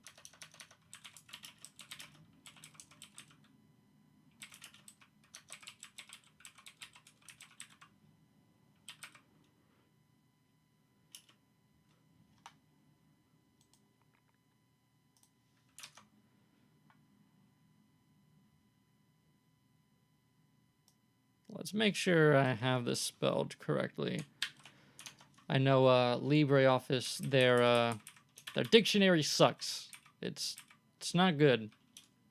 Control. Yeah, so I did spell it right. In 2015, can we add to dictionary? It's one cool atom, baby. Yeah. Alternative measuring methods? Nah. All the science is making me hunger. It's making me want to pee. I think that's why I have to pee, because there's so much toxic shit that I'm reading through the screen that my kidneys are just working so hard to filter it out. Now I gotta pee again. Also, I'm just so fucking hydrated because I drink so much water. You wouldn't understand, you soda drinking bastards. Fucking hell. So,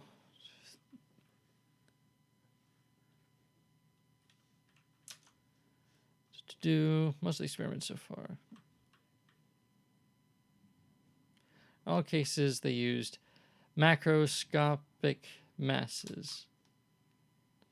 So before 2015, they weren't. They were all macroscopic masses.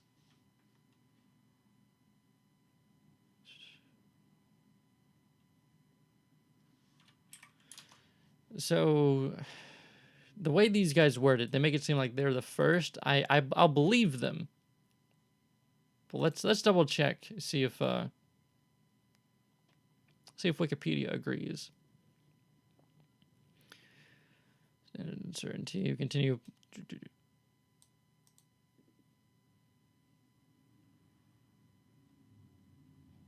Let's see. Atom interferometry.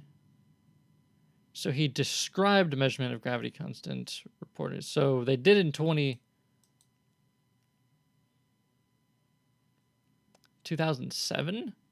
Really? And this is 2015, no? Oh boy. What was the date on this?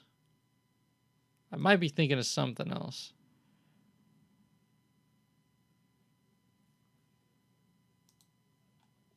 That's not this at all.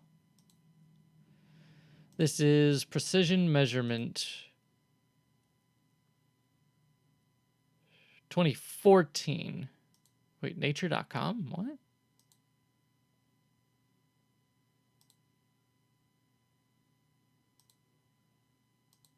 Where did this come from? Which one of these tabs? Whatever, it's fine.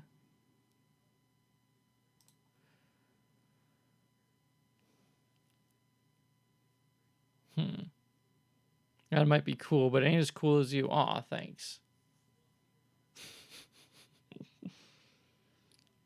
Friend just got €1,000 on Dota 2. Do you agree with me that he is crazy? No, we just spent €1,000. That makes a lot more sense. if he has the money to spend, you know, if he's like rich or something, then I guess. But like, otherwise, yes, he's crazy spending €1,000 on Dota 2. Unless that's like over the course of like a couple years, you know. It's like it's fine because that's like how much a month. I don't know. How much he's spending on it at once is a bit of a bigger deal. But I know some people when people get hobbies, they spend a lot of money on it. That's just kind of how it is sometimes.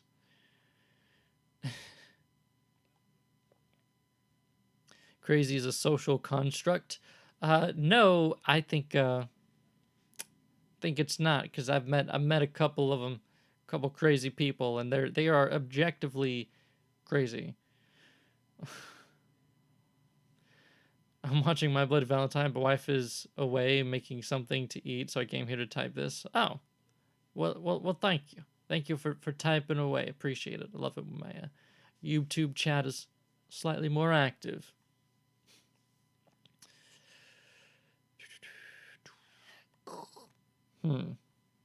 G. Rossi. Let's see. Yeah, so 2014.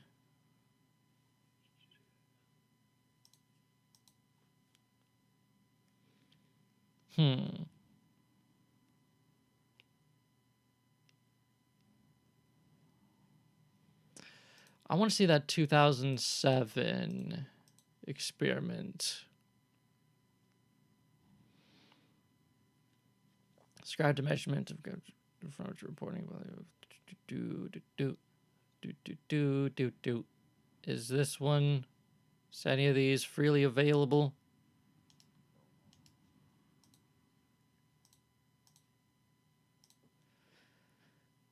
Full text sources?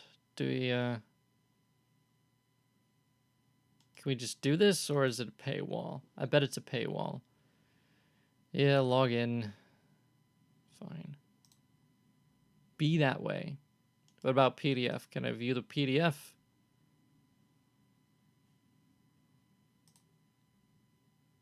Log in, of course. What about these guys? That's exactly where I was. What about this?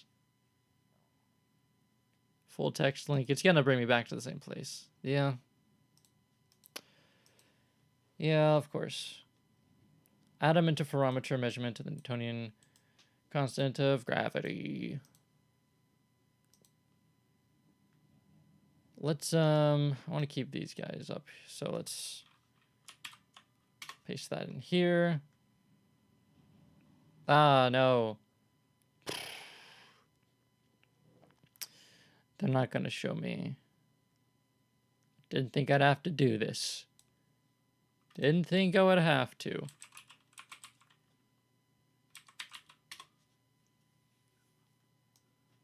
Gonna go somewhere else. See if I can find it here. Scientific articles.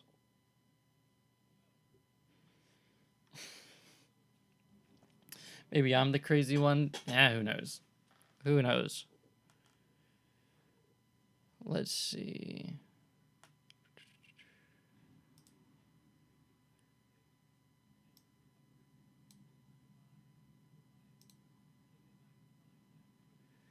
Find, okay, so I'm going to my Flat Earth Handbook.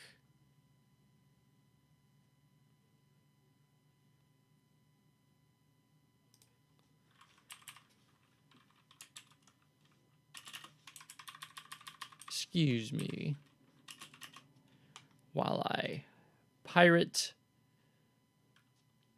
some fucking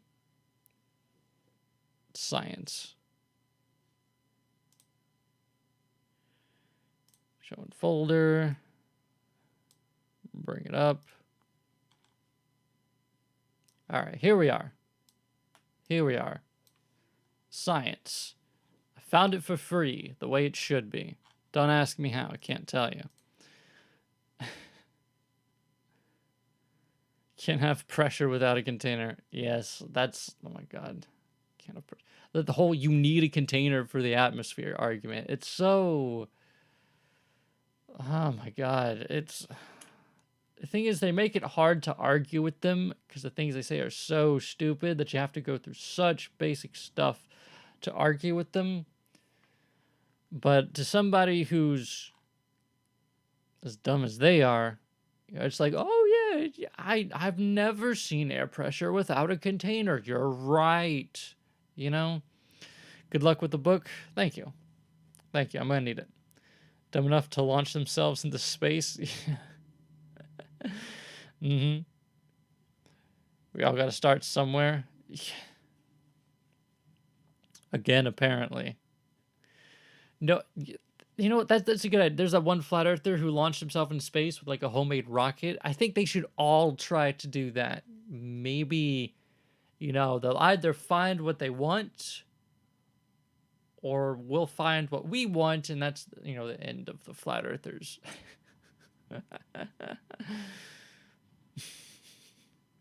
Hello.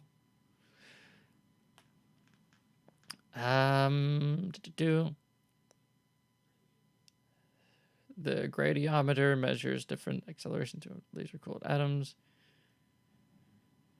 Possibility that unknown systematic errors still exist in traditional measurements makes it important to measure G with independent methods. Let's see. Do we have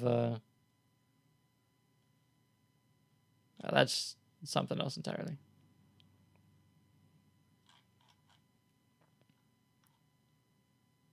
Okay, let's see.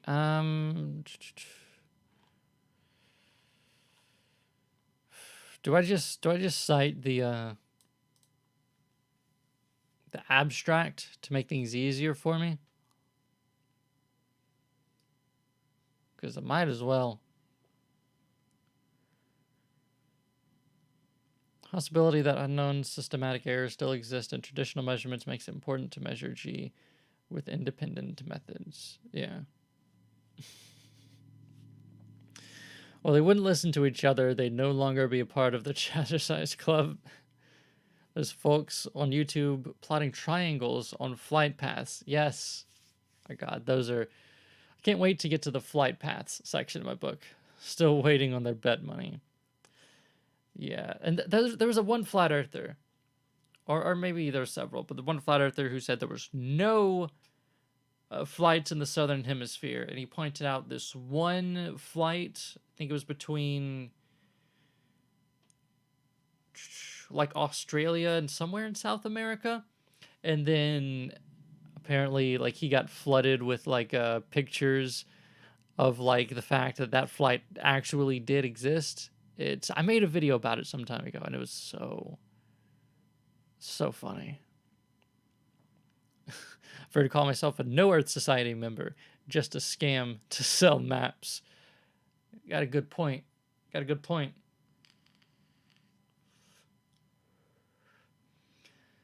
I've never seen Europe. I don't know if it exists.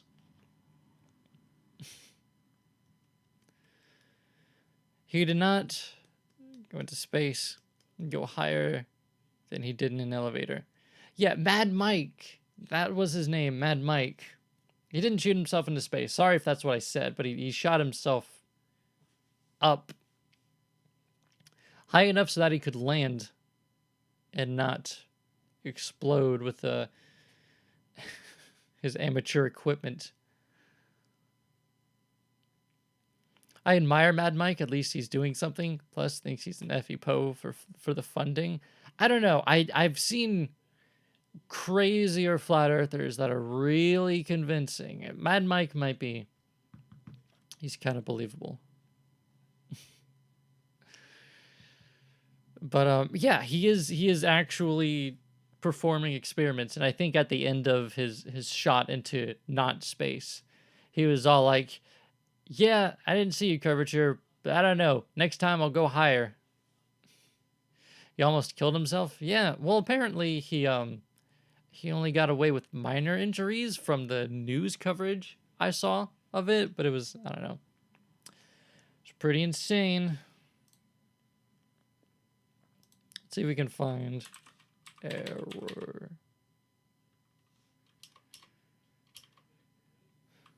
After a study of potential systematic sources of error in the interferometer phase shift, we performed a repeat experiment. Later study published. Cool. Not what I wanted. Where is it? Oh, yeah. Okay, that's in there. Statistical error. Systematic error. Errors bars. Okay.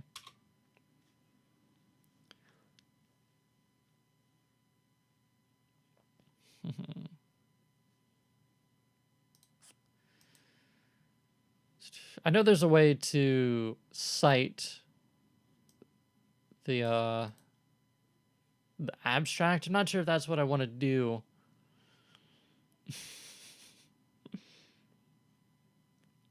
See curvature? Way too busy fretting over the tattered parachute. Yeah, that's what it was. Was the parachute didn't function properly or something? I don't know. Here's what pisses me off. I'm a math guy, not a science guy. And even then, I don't need to read some complicated equations to see some space pics on Google. But hey, they are all fake.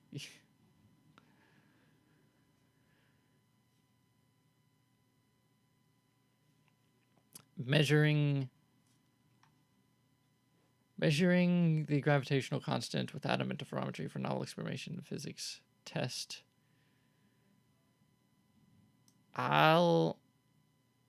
That's a good point. I was trying to find the first time they used interferometry to measure the gravitational constant.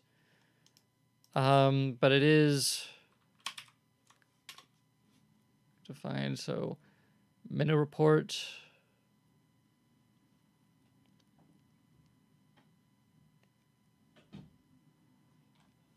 I'll check it out later.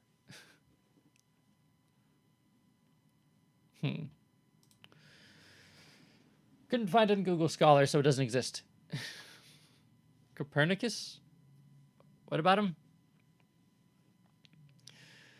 Met one in a barbershop, the three of us remaining were pretty stunned. So much like bragging about keto diet, veganism, or CrossFit. Oh, look, I'm special. Yeah, I don't know if they're not doing it to try. Maybe they are. Not necessarily to try to feel special, but to feel like they have it all figured out. Like they know. They caught on to the master plan. They're enlightened, kind of. I don't know. Where was I? I was over here. No, I wasn't. I was over here. Relatively poor knowledge of Newtonian constant gravity compared to our understanding of other fundamental constants. I like that. It's a truck, maybe? I'm sorry, I'm confused.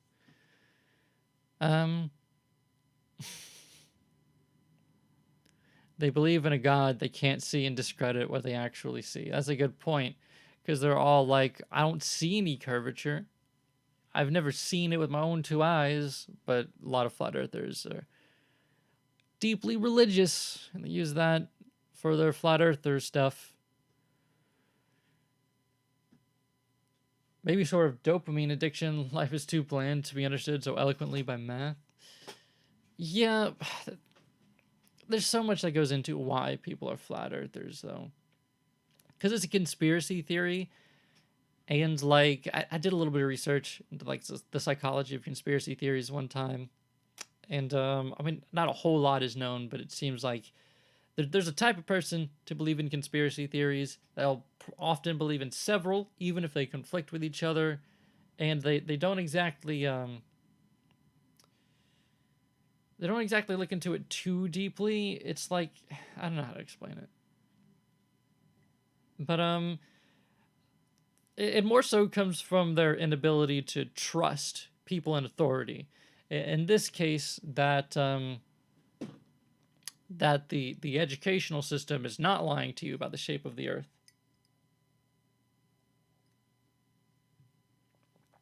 And they're like, "Oh, I know better than the public schools."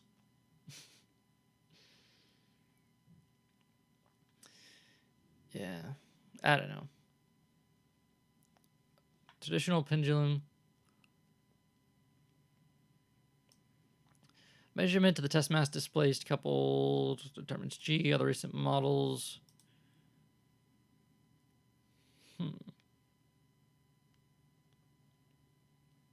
In past 2 decades, a number of high-precision measurements have been performed, but their discrepancies were larger than their standard deviations. Therefore, the accepted precision remained relatively unchanged. Their difficulty to measure G's evidence to change committee, blah, blah, blah, increasing the uncertainty. Excuse me. Questions were raised about the accuracy of other experiments as well.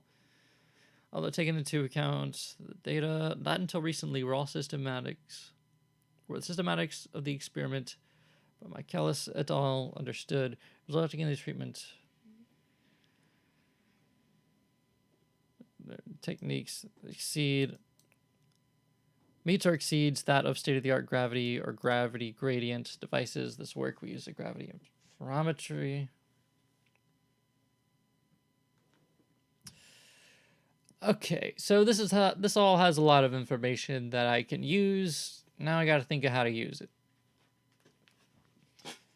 So both this one from 2007 and this one from 2014 are saying that has been inaccurate in the past, and we're trying to make it more precise.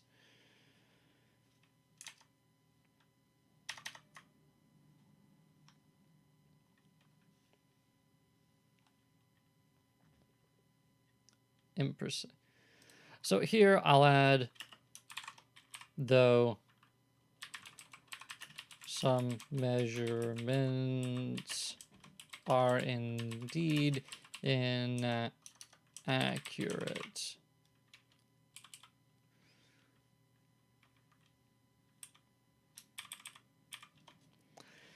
So the scientific community and experimenters have devised other ways of measuring the gravitational constant, including using cooled atoms and quantum interferometry in 2007. Is that exactly how they did it? I don't know if they did this in the same way as them.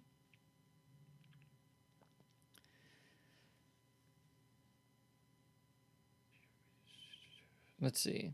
You measured Newtonian constant of gravity using gravity gradiometer based on atom interferometry. Did they cool the atoms, though? Because that's what these guys did. They used super cool atoms. Like, these atoms were so cool. Like, I don't think your atoms were as cool. So let's see. Cooled. Yes, laser-cooled ensembles of atomic blah, blah, blah. Neato. So 2007. And then see if we can't find a way to cite this. Let's go. Let's copy this. We're doing the easy route. What was it? I don't know. Citation. Was it citation machine? Citation machine. That's wait. Let's go directly to APA format.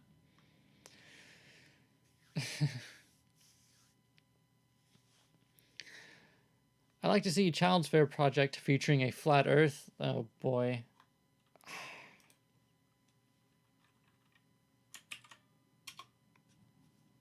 I hate that some of these flat earthers are teaching their kids that, but I think I saw one flat earther one time or something or another where the kid wised up.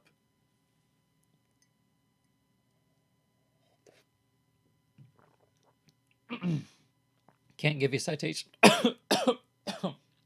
Fucking hell. Can't give you a citation for that one, though. Surprised that comedy series hadn't gravitated. Excuse me. I accidentally breathed in some of my water. It's really so awful. I'm not even sure what that would look like. You know, the science is good enough. The kid will be all right. Yeah. Gonna think about it. Wouldn't it be cool to end the book with a small research on why people believe in crazy conspiracy theories? Just an idea I can make for a good conclusion.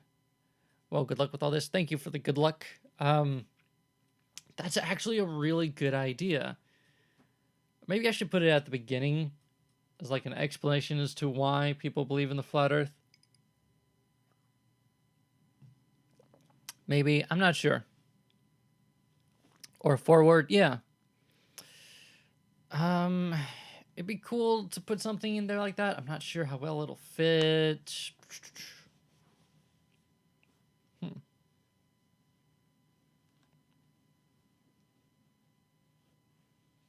None of these are what I want. Oh, I'm looking at books. Journal? Yeah. Is this what I wanted?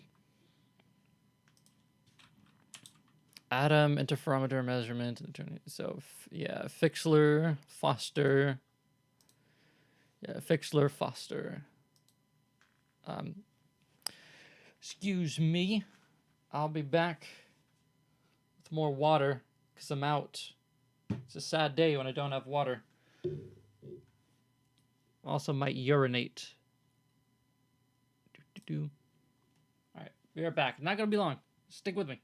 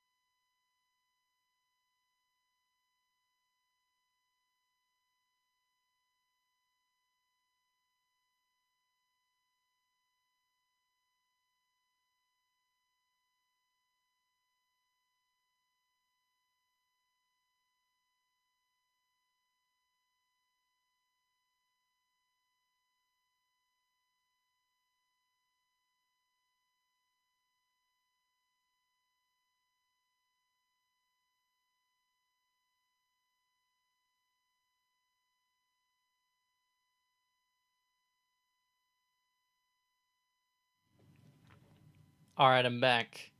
I told you I would be. Where am I? There we are. Heck, have Bill Nye or Neil deGrasse Tyson do the forward?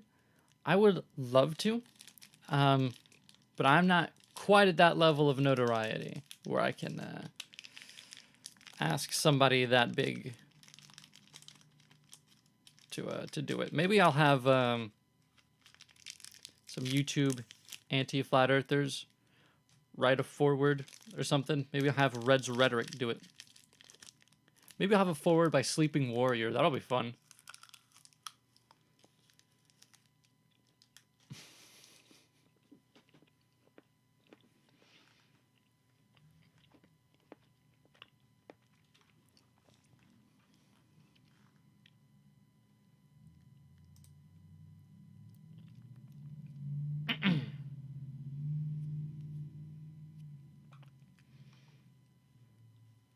Let's see. Make sure this is all hunky-dory.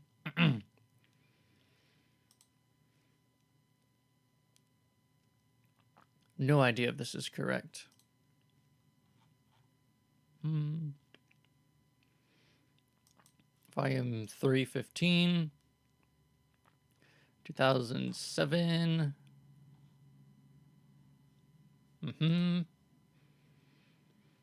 74 to 77. Citation machine is usually correct. I don't think I've ever had any problems, but still need to make sure. DOI, publisher URL. Do I need to? No, I don't. I refuse to do it. All right, let's do it.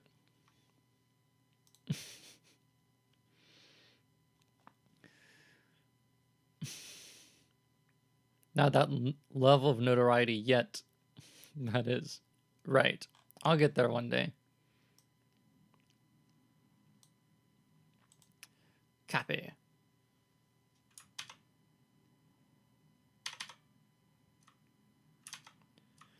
Where is it? Fixler. CD.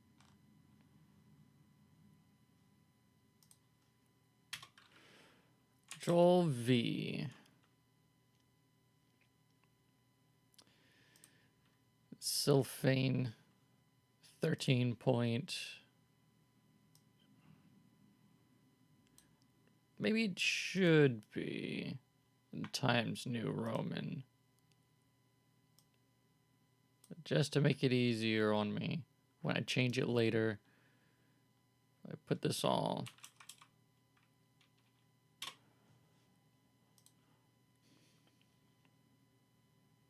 No, this. 13. No, don't strike through.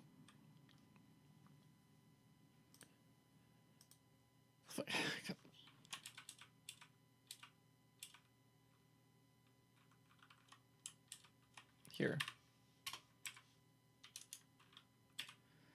There, and then I'll just have to add back the italics. So science 315. That's italicized.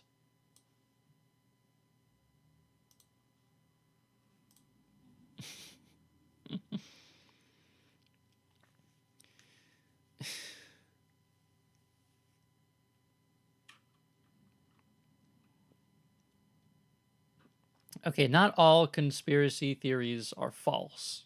Okay? Like, if a conspiracy theory is founded, if there's good reason for it, like, of course, but like the idea that we never landed on the moon, the idea that the earth is flat, the idea that big pharma is pushing vaccines on us, like, I don't know.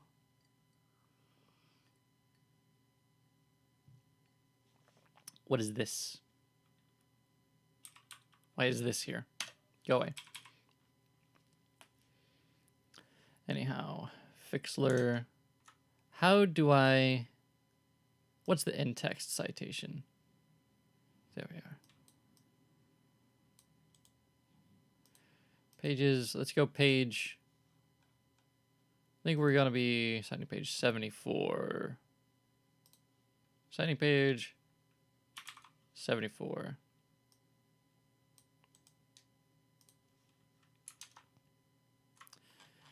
And we can put that in the text.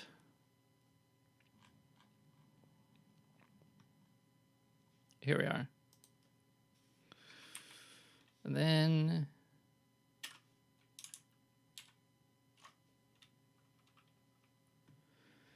you don't put at all in APA form. It's interesting.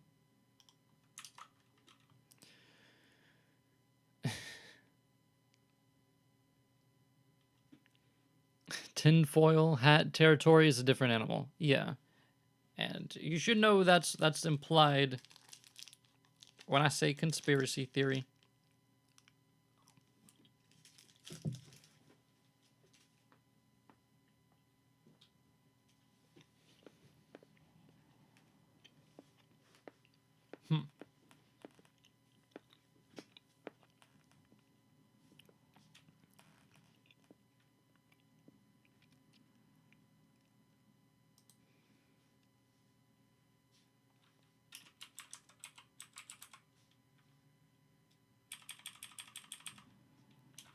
say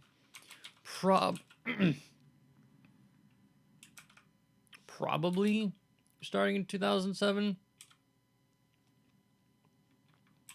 I don't know.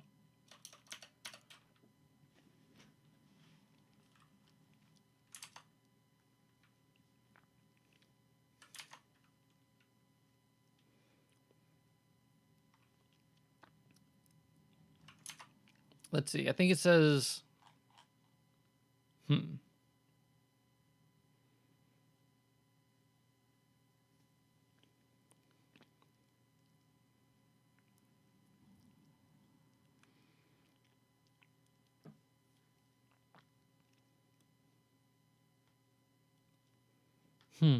See if it's... I want to see if it said why the other experiments were imprecise.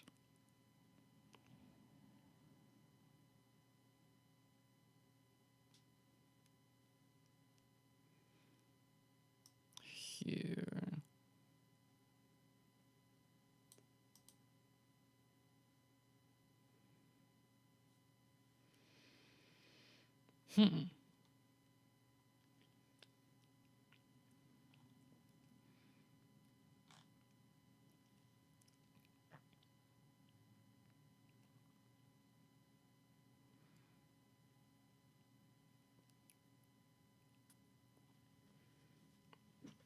Quantum mechanics? Oh. Usually when laws of physics are getting broken, it's tinfoil hat territory. Or an exciting new breakthrough. Okay, I see. But the dismissed term is used whenever anyone questions the government. I was called a crazy conspiracy theorist about NSA spying, WMDs in Iraq being a lie, about Assad, etc. But I was vindicated. Yeah. I thought everybody knew that the NSA was spying on us. It's like a given at this point. Did you know that there's an independent organization, I forget what it was, but they consider the United States one of the enemies of the internet because of the mass surveillance that goes on. And it's not a secret. The mass surveillance in the United States, I thought it wasn't a secret. So, yeah, it's insane. Definitely insane. And I guess if somebody didn't think that, then it'd be easy to find you insane, but not all conspiracy theories are wrong.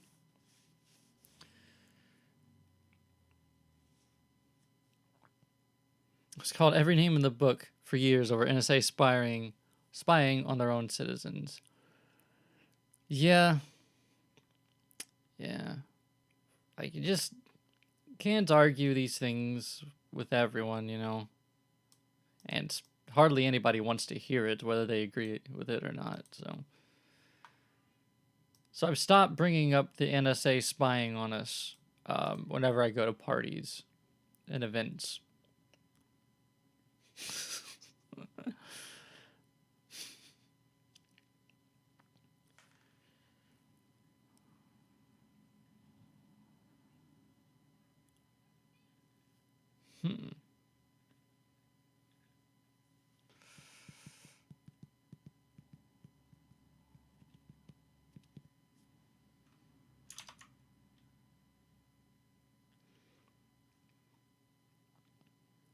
There's other ways of measuring gravitational constant, including using cooled atoms and quantum interferometry, starting in 2007.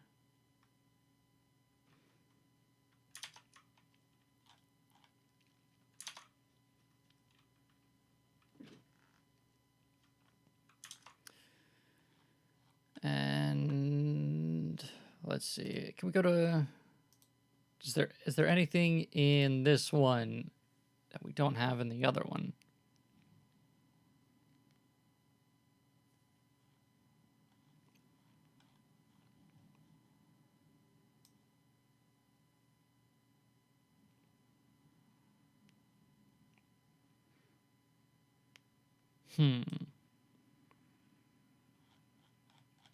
These are tables. We don't need the tables.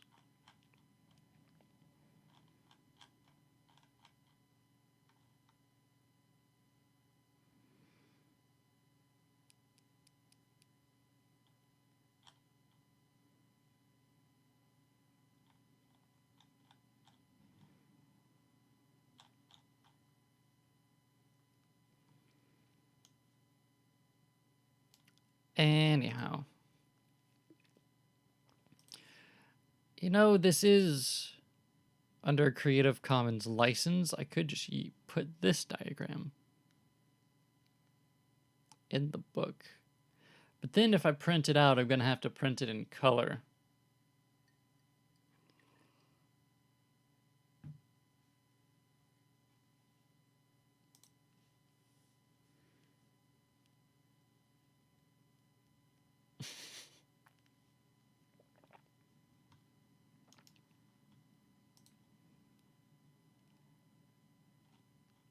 See, do we have other versions? We do not. Well, I mean, we do, but we don't have a black and white version. Oh, that's a shame.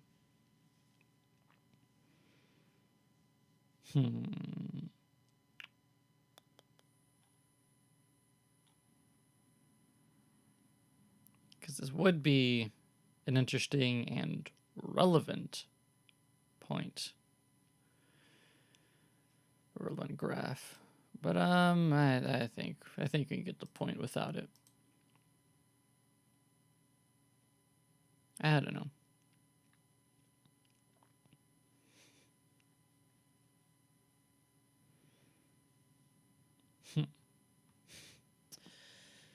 So let's see. Described and measured atom interferometry. Improved. They're much closer to the accepted value.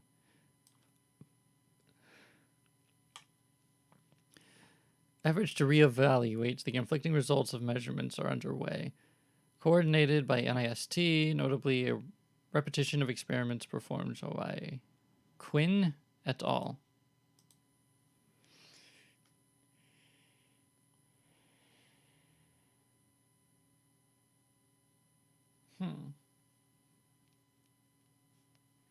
So this is relevant.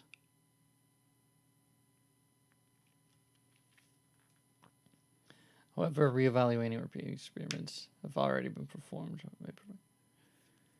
Hidden biases or dark uncertainty. NIST is a unique opportunity to repeat the experiment cannot all.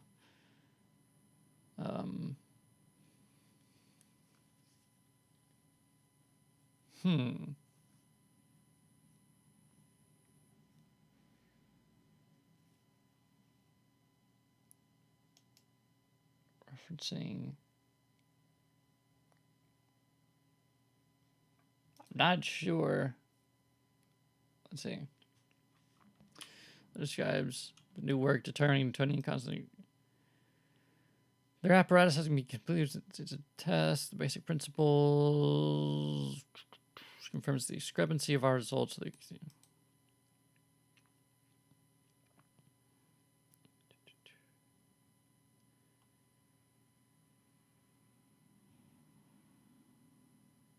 This confirms the discrepancy of our results with the CO data value and highlights the wide divergence that now exists in the recent values of G. The many changes made to the apparatus lead to the formal correlation between our two results and statistically consistent. Two results technically provide unique contributions to determination of G. What are these other things?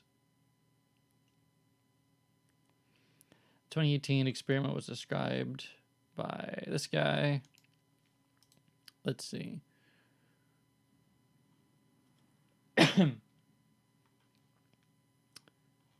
Neato. Not what I wanted.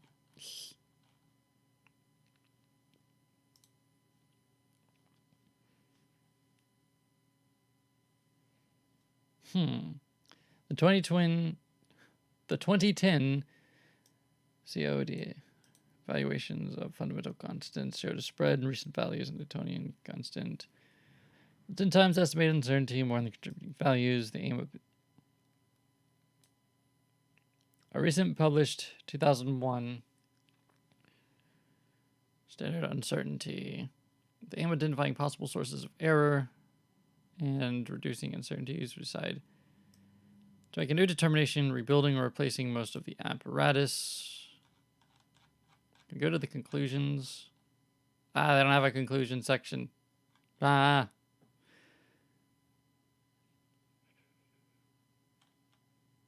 Sorry. Trying to skim over here, trying to find.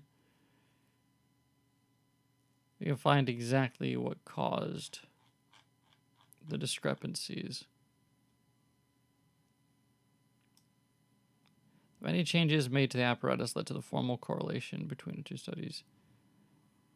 Close to 0.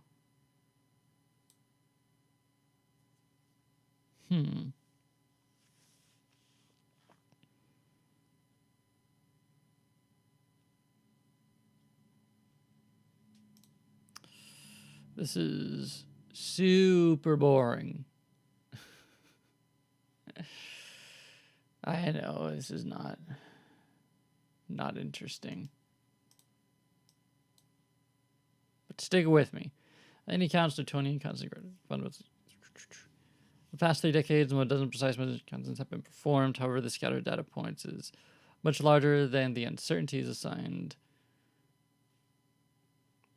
The large array of different instruments ranging from the simple torsion balance to the sophisticated atom interferometer can be used to determine G. Some instruments, such as torsion balance, can be used in several ways.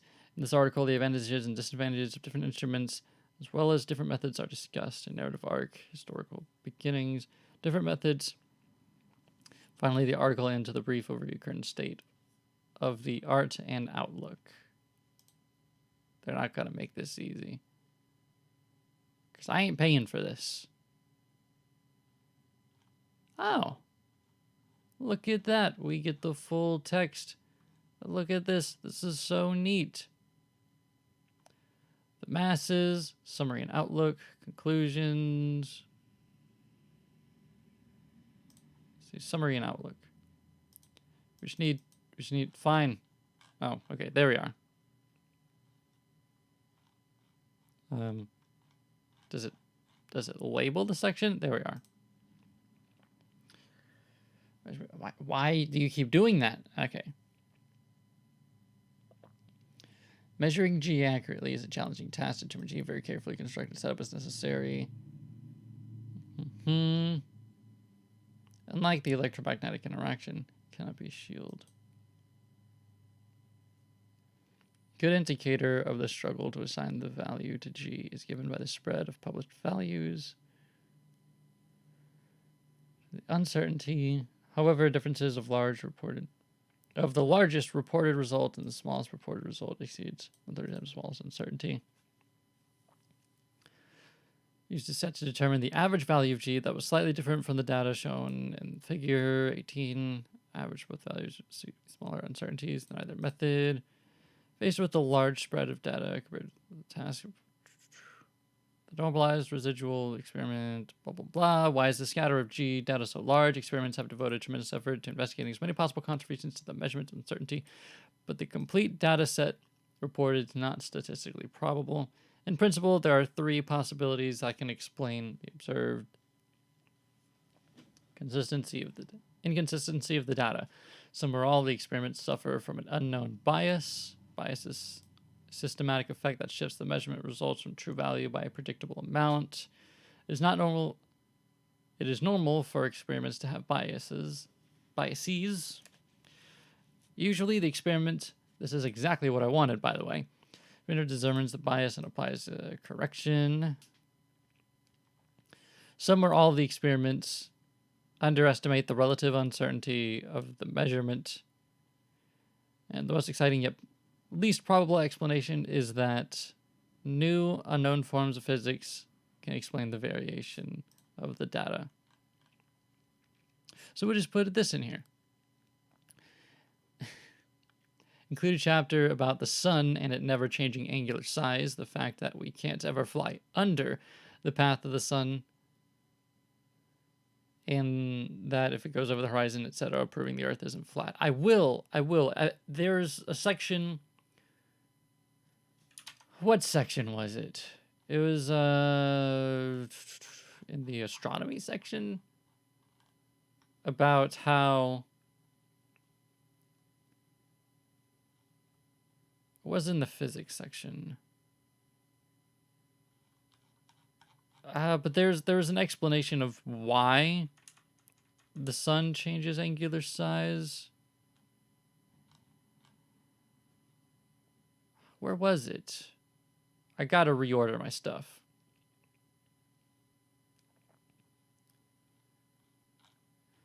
The Earth is round, wouldn't stay on a rotating Earth.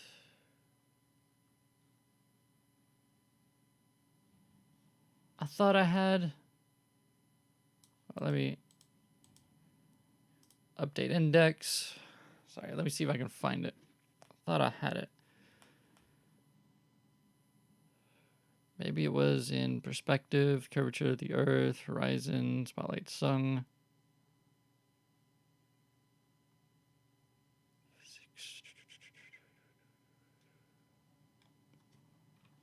if we can Control F, size.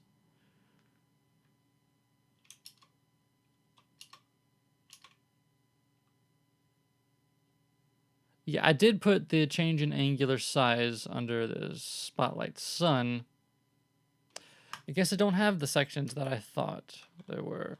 I'll put it under perspective, astronomy. Put it under perspective, and I'll probably change it later. But I want the idea that physics. All right, with all the scrolling, I got lost. Physics, perspective, here we are. All right, here we'll have, I want heading 2, because I know they make the arguments that the sun changes angular size throughout the day. Then there's some arguing that it indeed does not, and that atmospheric refraction causes the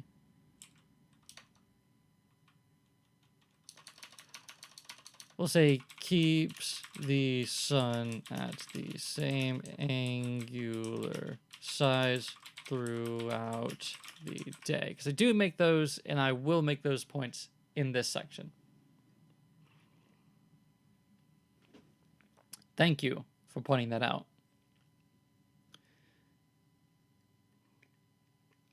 If the Earth were flat, we'd be able to see the sun from any point of the Earth as long as there's a line of sight, including night, especially through a telescope. It's not rocket science. I agree, and I do have the whole...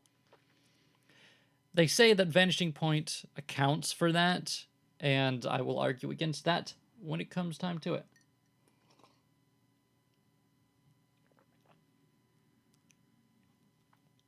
But I was in...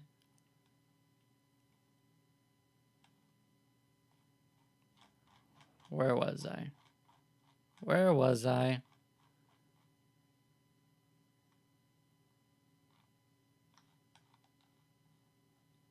Here, right here. Sprujit has designed other ways of measuring gravitational constant, including using cooled atoms and quantum interferometry starting in 2007. And then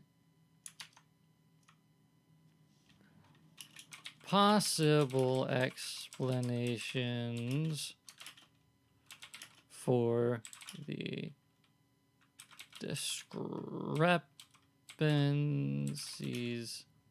I don't know how to spell discrepancies.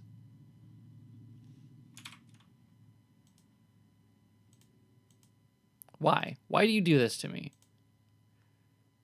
discrepancies. My lord. Include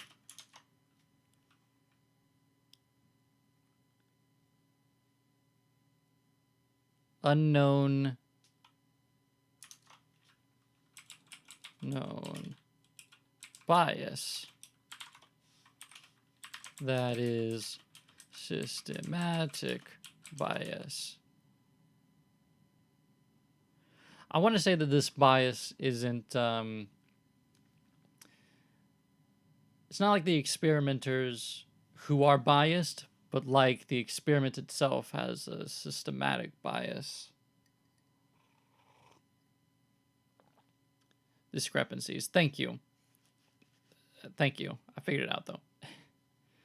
So LibreOffice, it's a wonderful alternative to Microsoft Office if you really don't want to pay for it. But I will say that the library is falling behind here.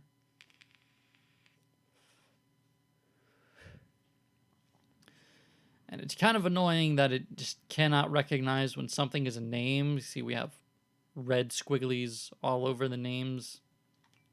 It's kind of annoying.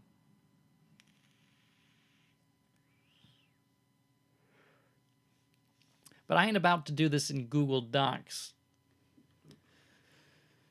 Not that this is much more professional. I don't know.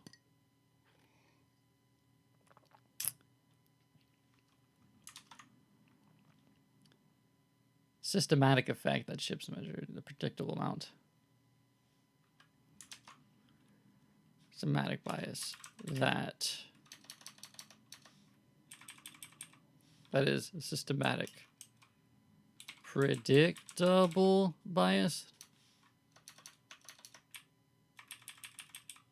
that is predictable systematic bias, not...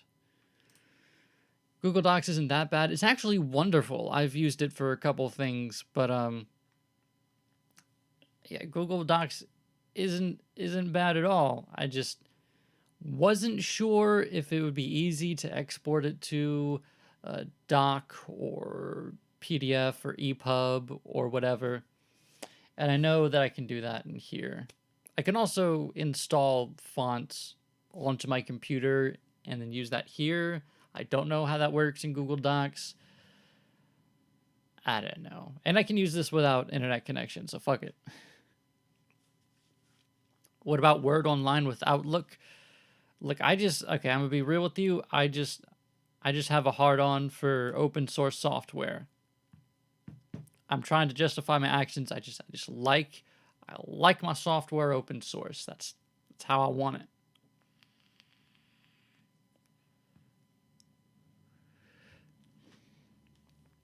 That's how I like it. So I've been live for about 3 hours now. I think in like 20 minutes or so, I'm going to have to call it a night. What kind of vape pen do you use? I quit smoking cigarettes 15 months ago by vaping. Congratulations. I'm happy for you. I vape occasionally with a UL pen. This is the, I think it was UL. Yes, the UL Yearn. The UL Yearn, which is like a... It's pretty similar to the Caliburn. This came out after the Caliburn, but it has no button, and it's kind of, I don't know. It was on sale. I'll put it that way. It was on sale. I liked it. I liked that you can actually get refillable pods for it.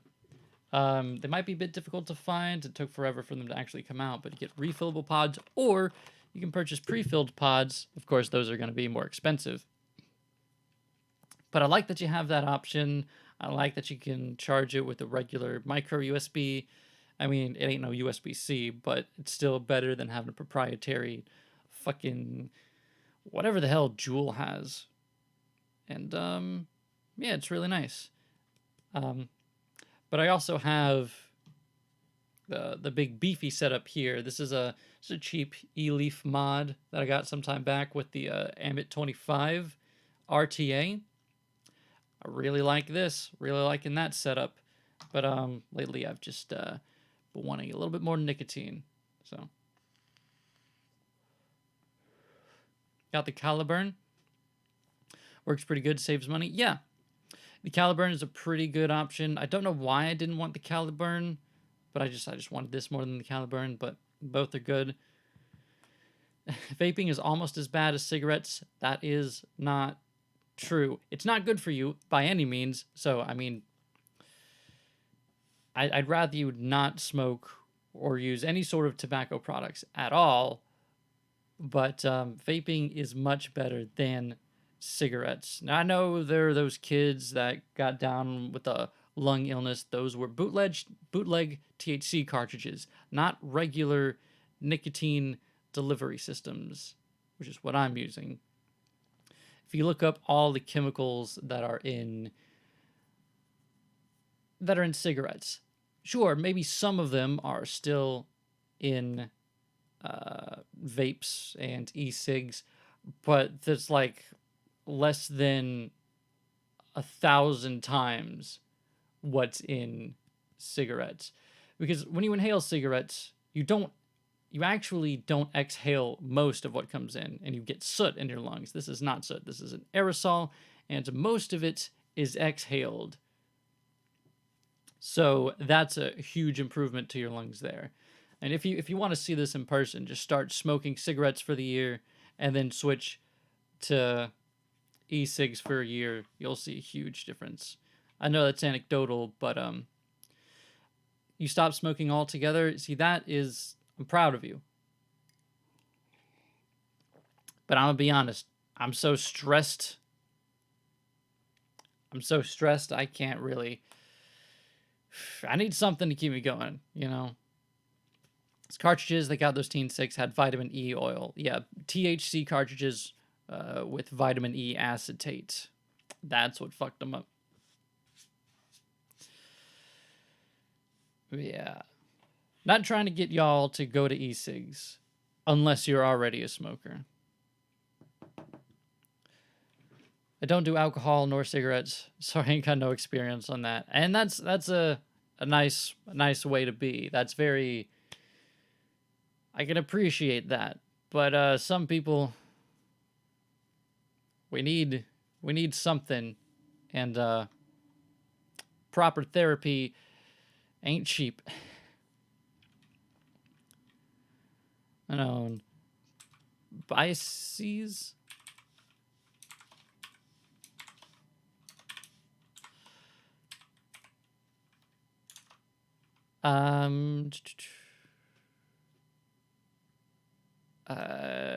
underestimating the uncertainty. Underestimating the uncertainties.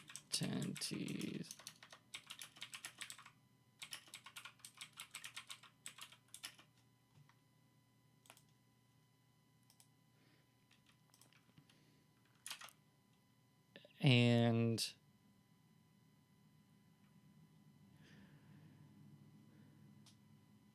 unknown forms of physics or potentially any unknown physical phenomena.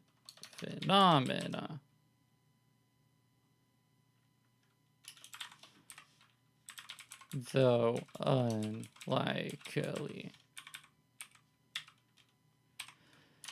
Then, what is this? Invited review article, measurements of the Newtonian gravitational constant G. So yes, that's this. Let's go to citation machine. Create another citation. Journal. Is this? I don't even know if this is a... What is this? Is this technically a journal article? I have so many tabs. Publication. Review of scientific instruments. Sure.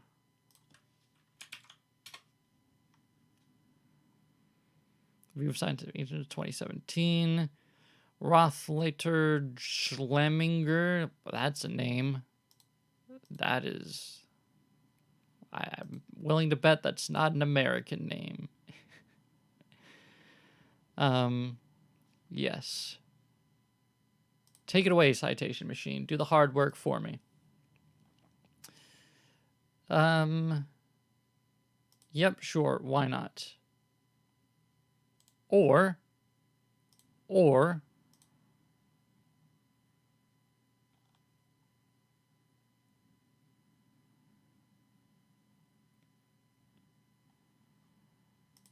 Ah, come on.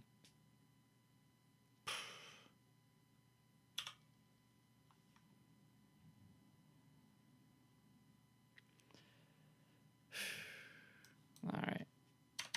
I know there's a way around this. I did it before. Let's go APA.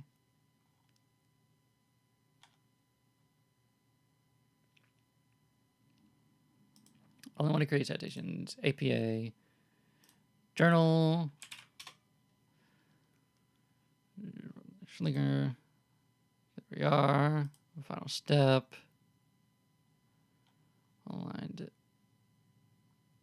Online database. Is that an online database? I don't know. Let's do it. Fine. Sponsored message.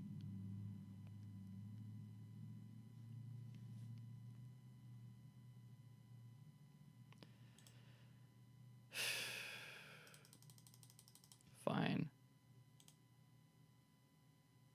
Citationmachine.net.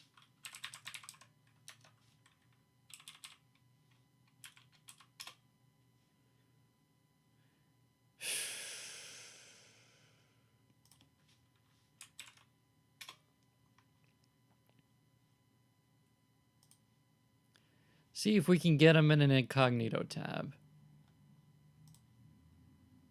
Aha! Big brain. So, review of scientific instruments. Trying to find what's italicized, because that's not going to carry over. If I... What was it? Rothleitner.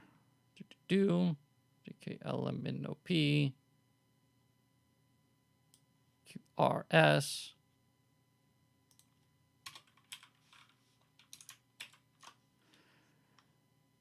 Then review scientific instruments. Set it. Is that all that's italicized? Yes, no bold or anything else. Neato. Let's go in text citations. Then copy that. Do.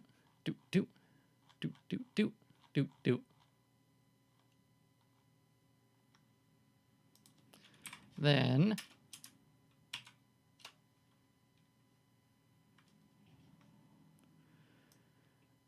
I think we can relocate this bit.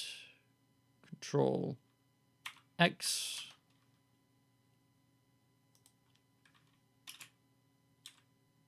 Though unlikely. There we are.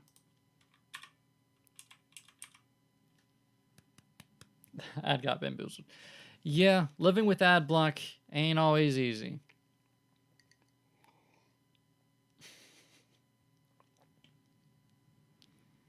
Get that. A lot of my friends smoke. Studying medicine ain't easy. Yeah.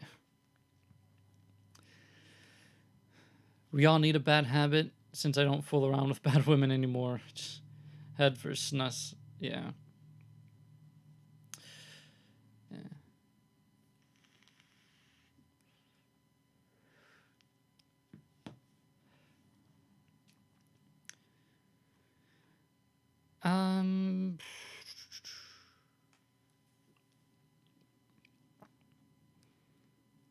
So that's only part of this. There's a whole lot more. So if we go to, as stated, there are plenty of forces and effects stronger than the weak gravity that it might be detecting. If identical experiments cannot replicate this, then it is invalid as a test to demonstrate any one particular cause consistency is of prime importance to empirical science. I love how these guys decide what's important to empirical science. These guys who reject it all. One cannot merely assume that the experiment is detecting a multitude of evidently stronger effects to cause the inconsistent results, but that gravity is in there somewhere.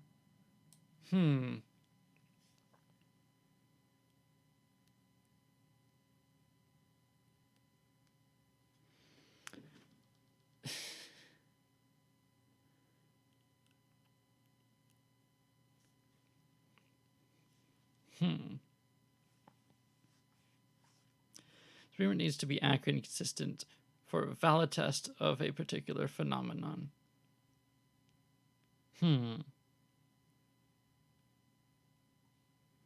I need to put this in here. Oh, it's already in there. Didn't I? I thought I was going to contract this a little bit. So the value is far more erratic. It is quite a curiosity. The strength of gravity in the universe would increase and decrease over tenfold when tested at different times. The amount of error. Okay, so the results need to be consistent to pinpoint any particular phenomena.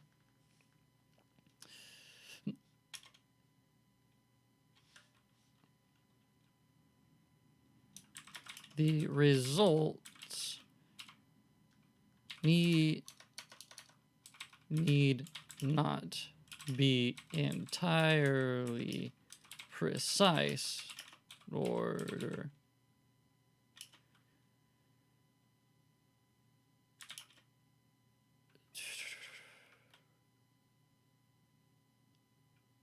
In order to prove a phenomenon, and then add more to this, because I don't want to chase that train right now. Let's see. If it's true that the value of big G turns out to be closer to Quinn's team's measurements, the calculations that depend on G will have to be revised. For example, the estimated mass of the solar blah blah. Such revision, however, wouldn't alter any fundamental laws of physics and would have very little practical effect on anything. It's not a thing that likes to leave unresolved. We should be able to measure gravity. The end sentence is plain in its understanding, admitting that we cannot measure gravity. That's not what they mean at all, Flat Earth Society.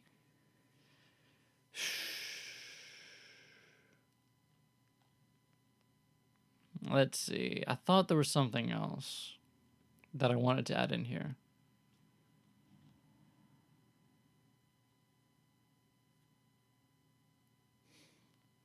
Blah, blah.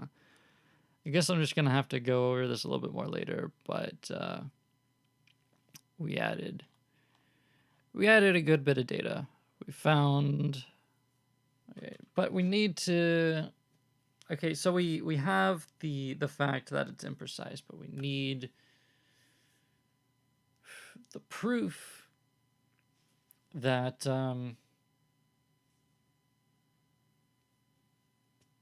that it does indeed prove that gravity exists in the first place. So for that, let's go back to the original Cavendish experiment, which I pulled up somewhere. The other control. Okay. Here we are. A brass variously consists of a wooden armed belonging.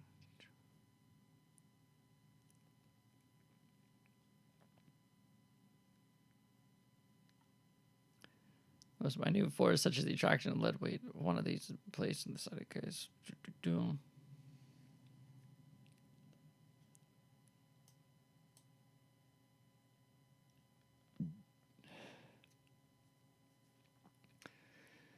Compared to wooden stands on which leaden weights were to be supported and pushed forwards.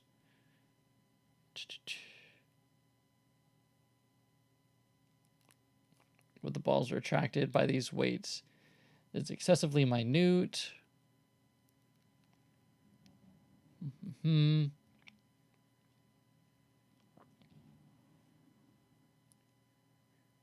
Necessity of guarding. This case is supported by horizontal 4 screws.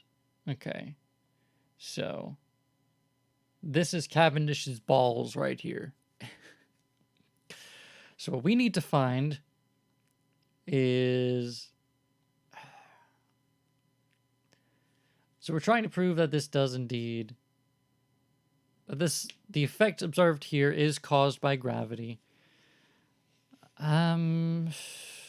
So I'm thinking, because we know that the balls were lead, and they are diamagnetic, so they're not attracted to magnets, but instead repelled.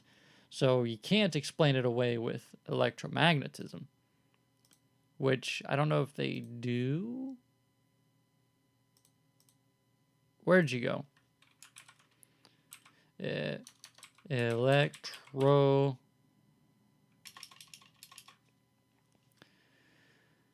Due to mysterious readings of problems, are now calling gravity part of dark energy.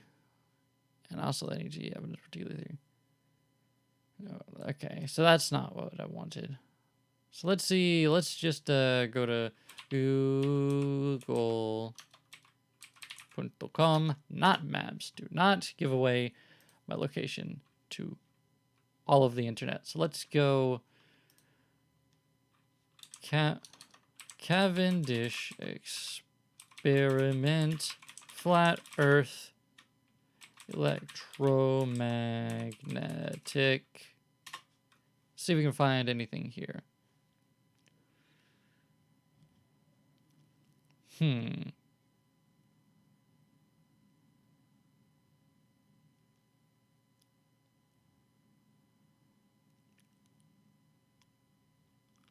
Okay, so if we go to not the Flat Earth Society, but the Flat Earth Society. Let's see. But that's a forum post.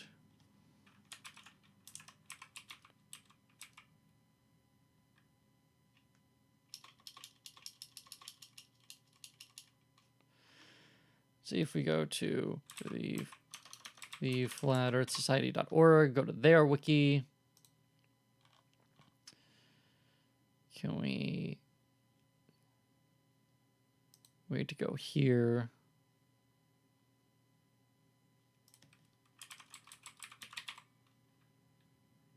Why?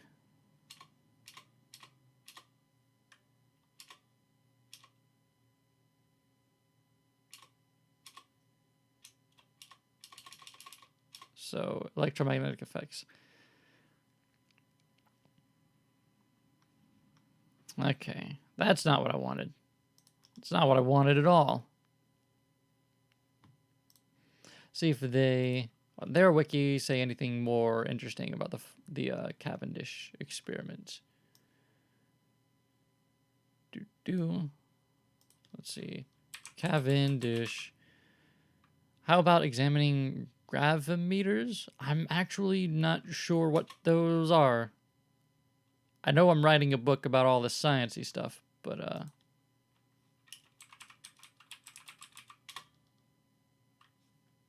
until I research it, I don't know what it is. We got this Flat Earth Society just sucks.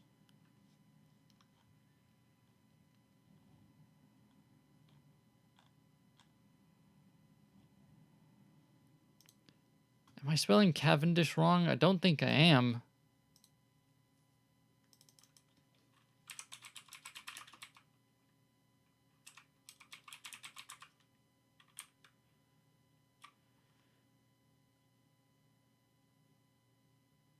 Yeah, that's how you spell it.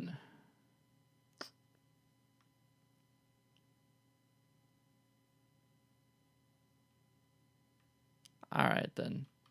That's fine. Can we go Henry Cavendish?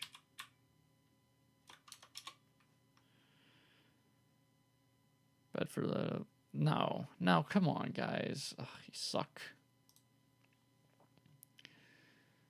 Let's go electromag.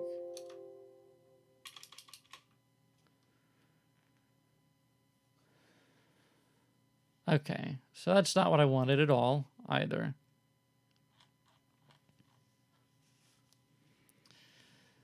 Let's see. Maybe this will be interesting. Electromag. Where?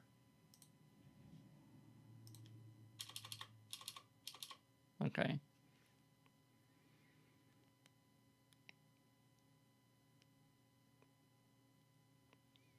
They were saying electromagnetic waves force mass. Okay. So Cavendish himself accounted for electromagnetic forces. I probably would have found that out if I actually read the thing. I'm going to look up gravimeter. What is this? Measuring gravitational acceleration. Very interesting. Every mass has associated gravitational potential. The potential of the gradient force. Gravimeter measures the gravitational force.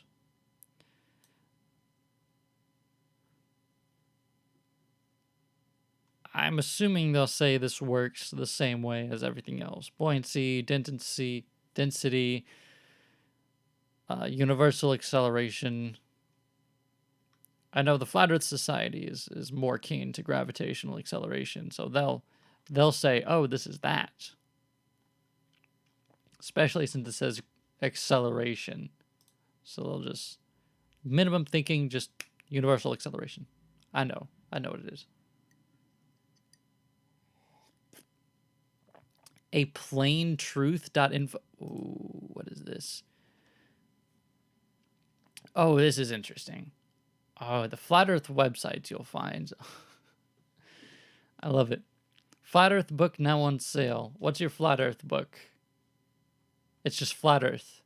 James W. Lee.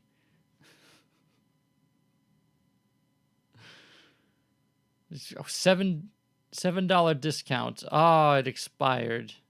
Darn. It's a color book. My lord.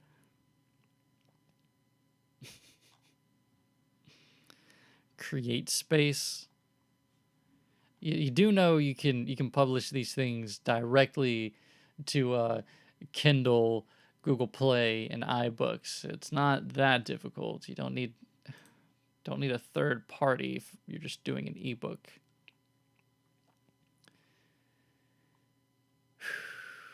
So let's see. Electro.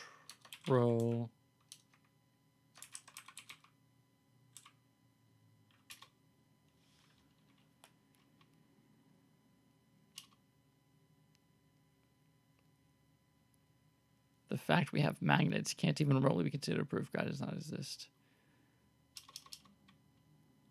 Okay.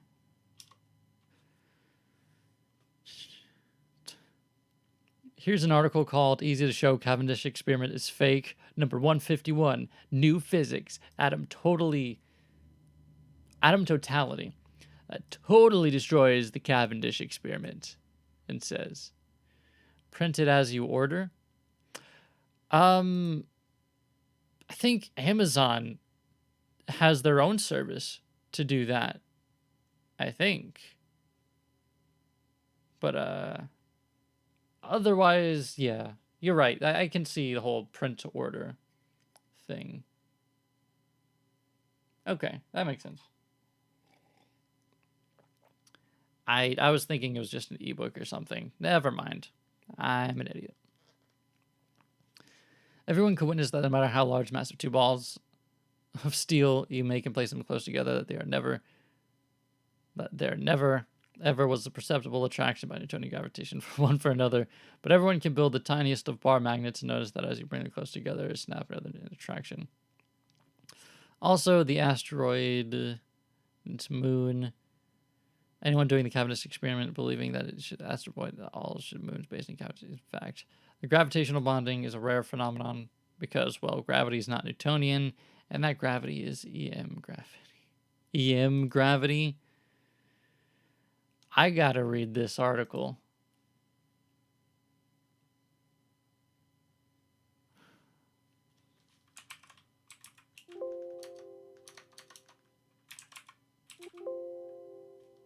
What? But yet here's an article. Easy to show Cavendish experiment is fake. You linked to a totally different article. But I gotta find it, man. I gotta find this article he's talking about. Easy to show Cavendish experiment is a fake. 151. New physics. 260.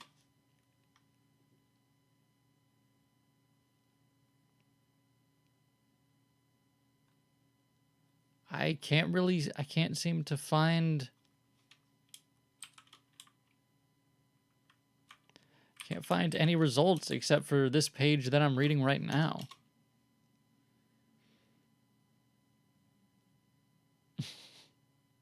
Yeah, a plain truth.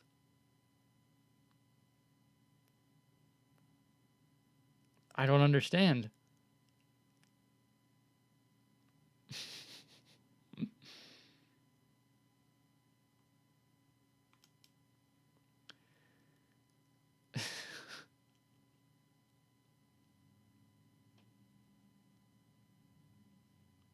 What? I'm so confused. Come on, load.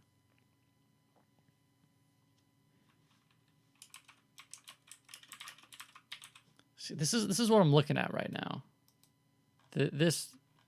Everything's in. I don't know. I don't know what this is. What?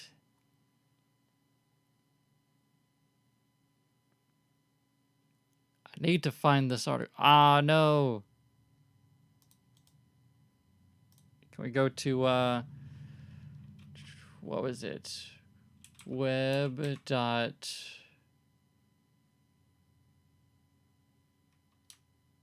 What was it? Wayback Machine. Yeah, web.archive.org is what I was looking for. Okay, so I need... This sounds insane. I need to know this is. Here's an article called Easy to Show Cavendish Experiment is a Fake, and that doesn't seem to exist anywhere on the internet. Can we... How about there? Saved one time in 2018. Take me there.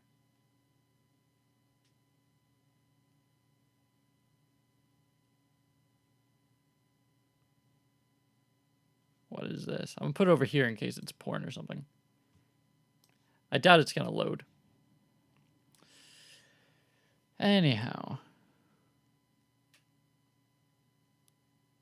Maybe I'll take this and search for the quote. See if I can find that quote anywhere, because that is... Wow.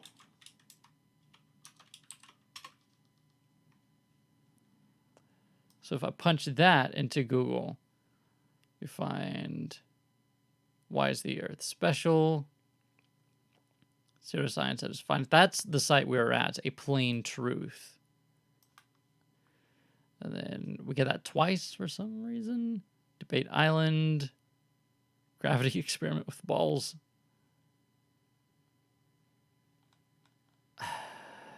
What is this? So this is not going to load.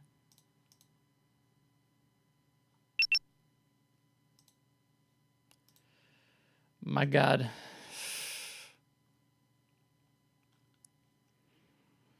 See, let's see all the results. The Flat Earth Society forum. I'm guessing this plain truth guy made it all up. This is ridiculous. Plain truth.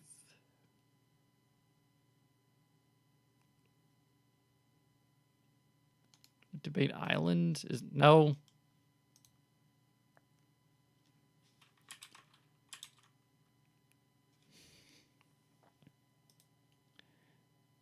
An article that totally destroys the Cavendish experiment, says. So apparently that was here, which does not exist anymore.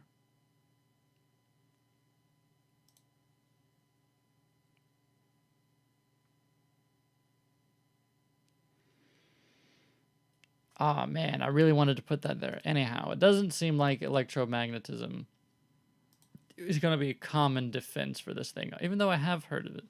Let's go to YouTube.com and see if we can... Cavendish experiment, electromagnetism. Hope you guys enjoyed that look at my recommended. Let's see. Obvious gravitational attraction. A description. We need flat earthers in here. Magnetism. Flat earth. These are genuine people who understand how science works.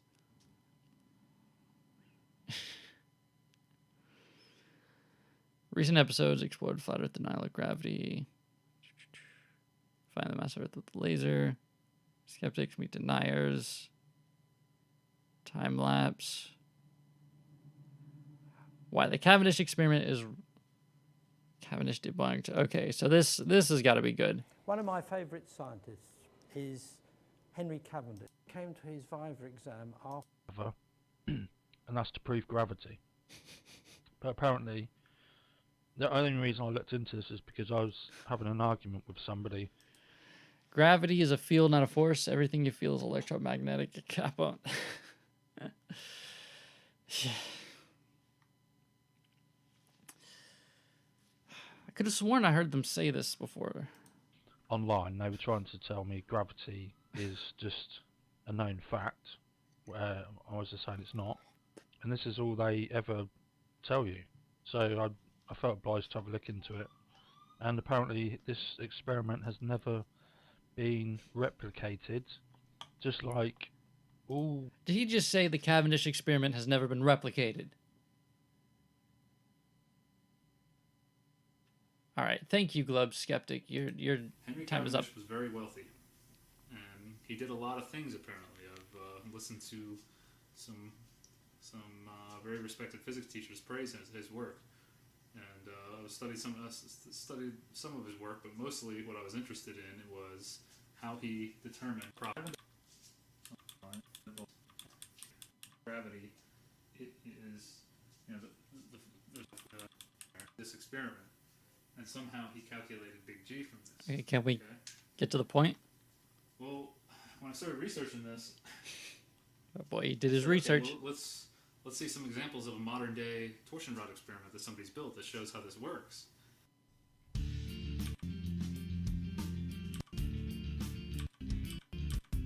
so really frustrating. And that gets the...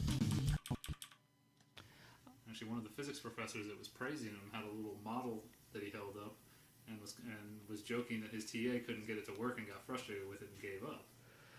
And I'm thinking to myself, Whatever. Fine. I guess nobody's saying that it's caused by electromagnetism. Even though I would love to put that in the book to completely destroy it. Anyhow. Let me get one last over.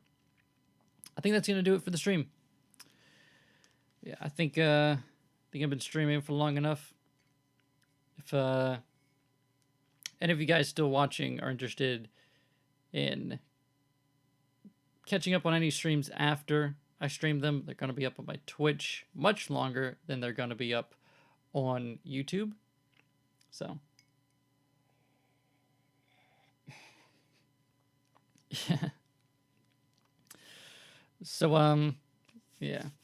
I might just I'm not sure if you guys like the Twitch, then I'll keep streaming on Twitch. But otherwise, I don't know. I don't know. I said a long time. I said like 40 minutes ago that I'd be done in 20 minutes. So we did good. We did nice. Let's save. It'll save. But yeah, take care. Thanks. I will see you guys whenever. I'm gonna go file taxes because that's what I have to do. Thanks for the stream. No problem. Thank you for being here. Glad you enjoyed it. Thanks for being in chat. What have you. There'll be many more. Still working on another video, so we'll be making regular videos. Time flies when you have fun. Yeah. Yeah. Although I didn't enjoy every moment because I was indeed reading the Flat Earth Society wiki.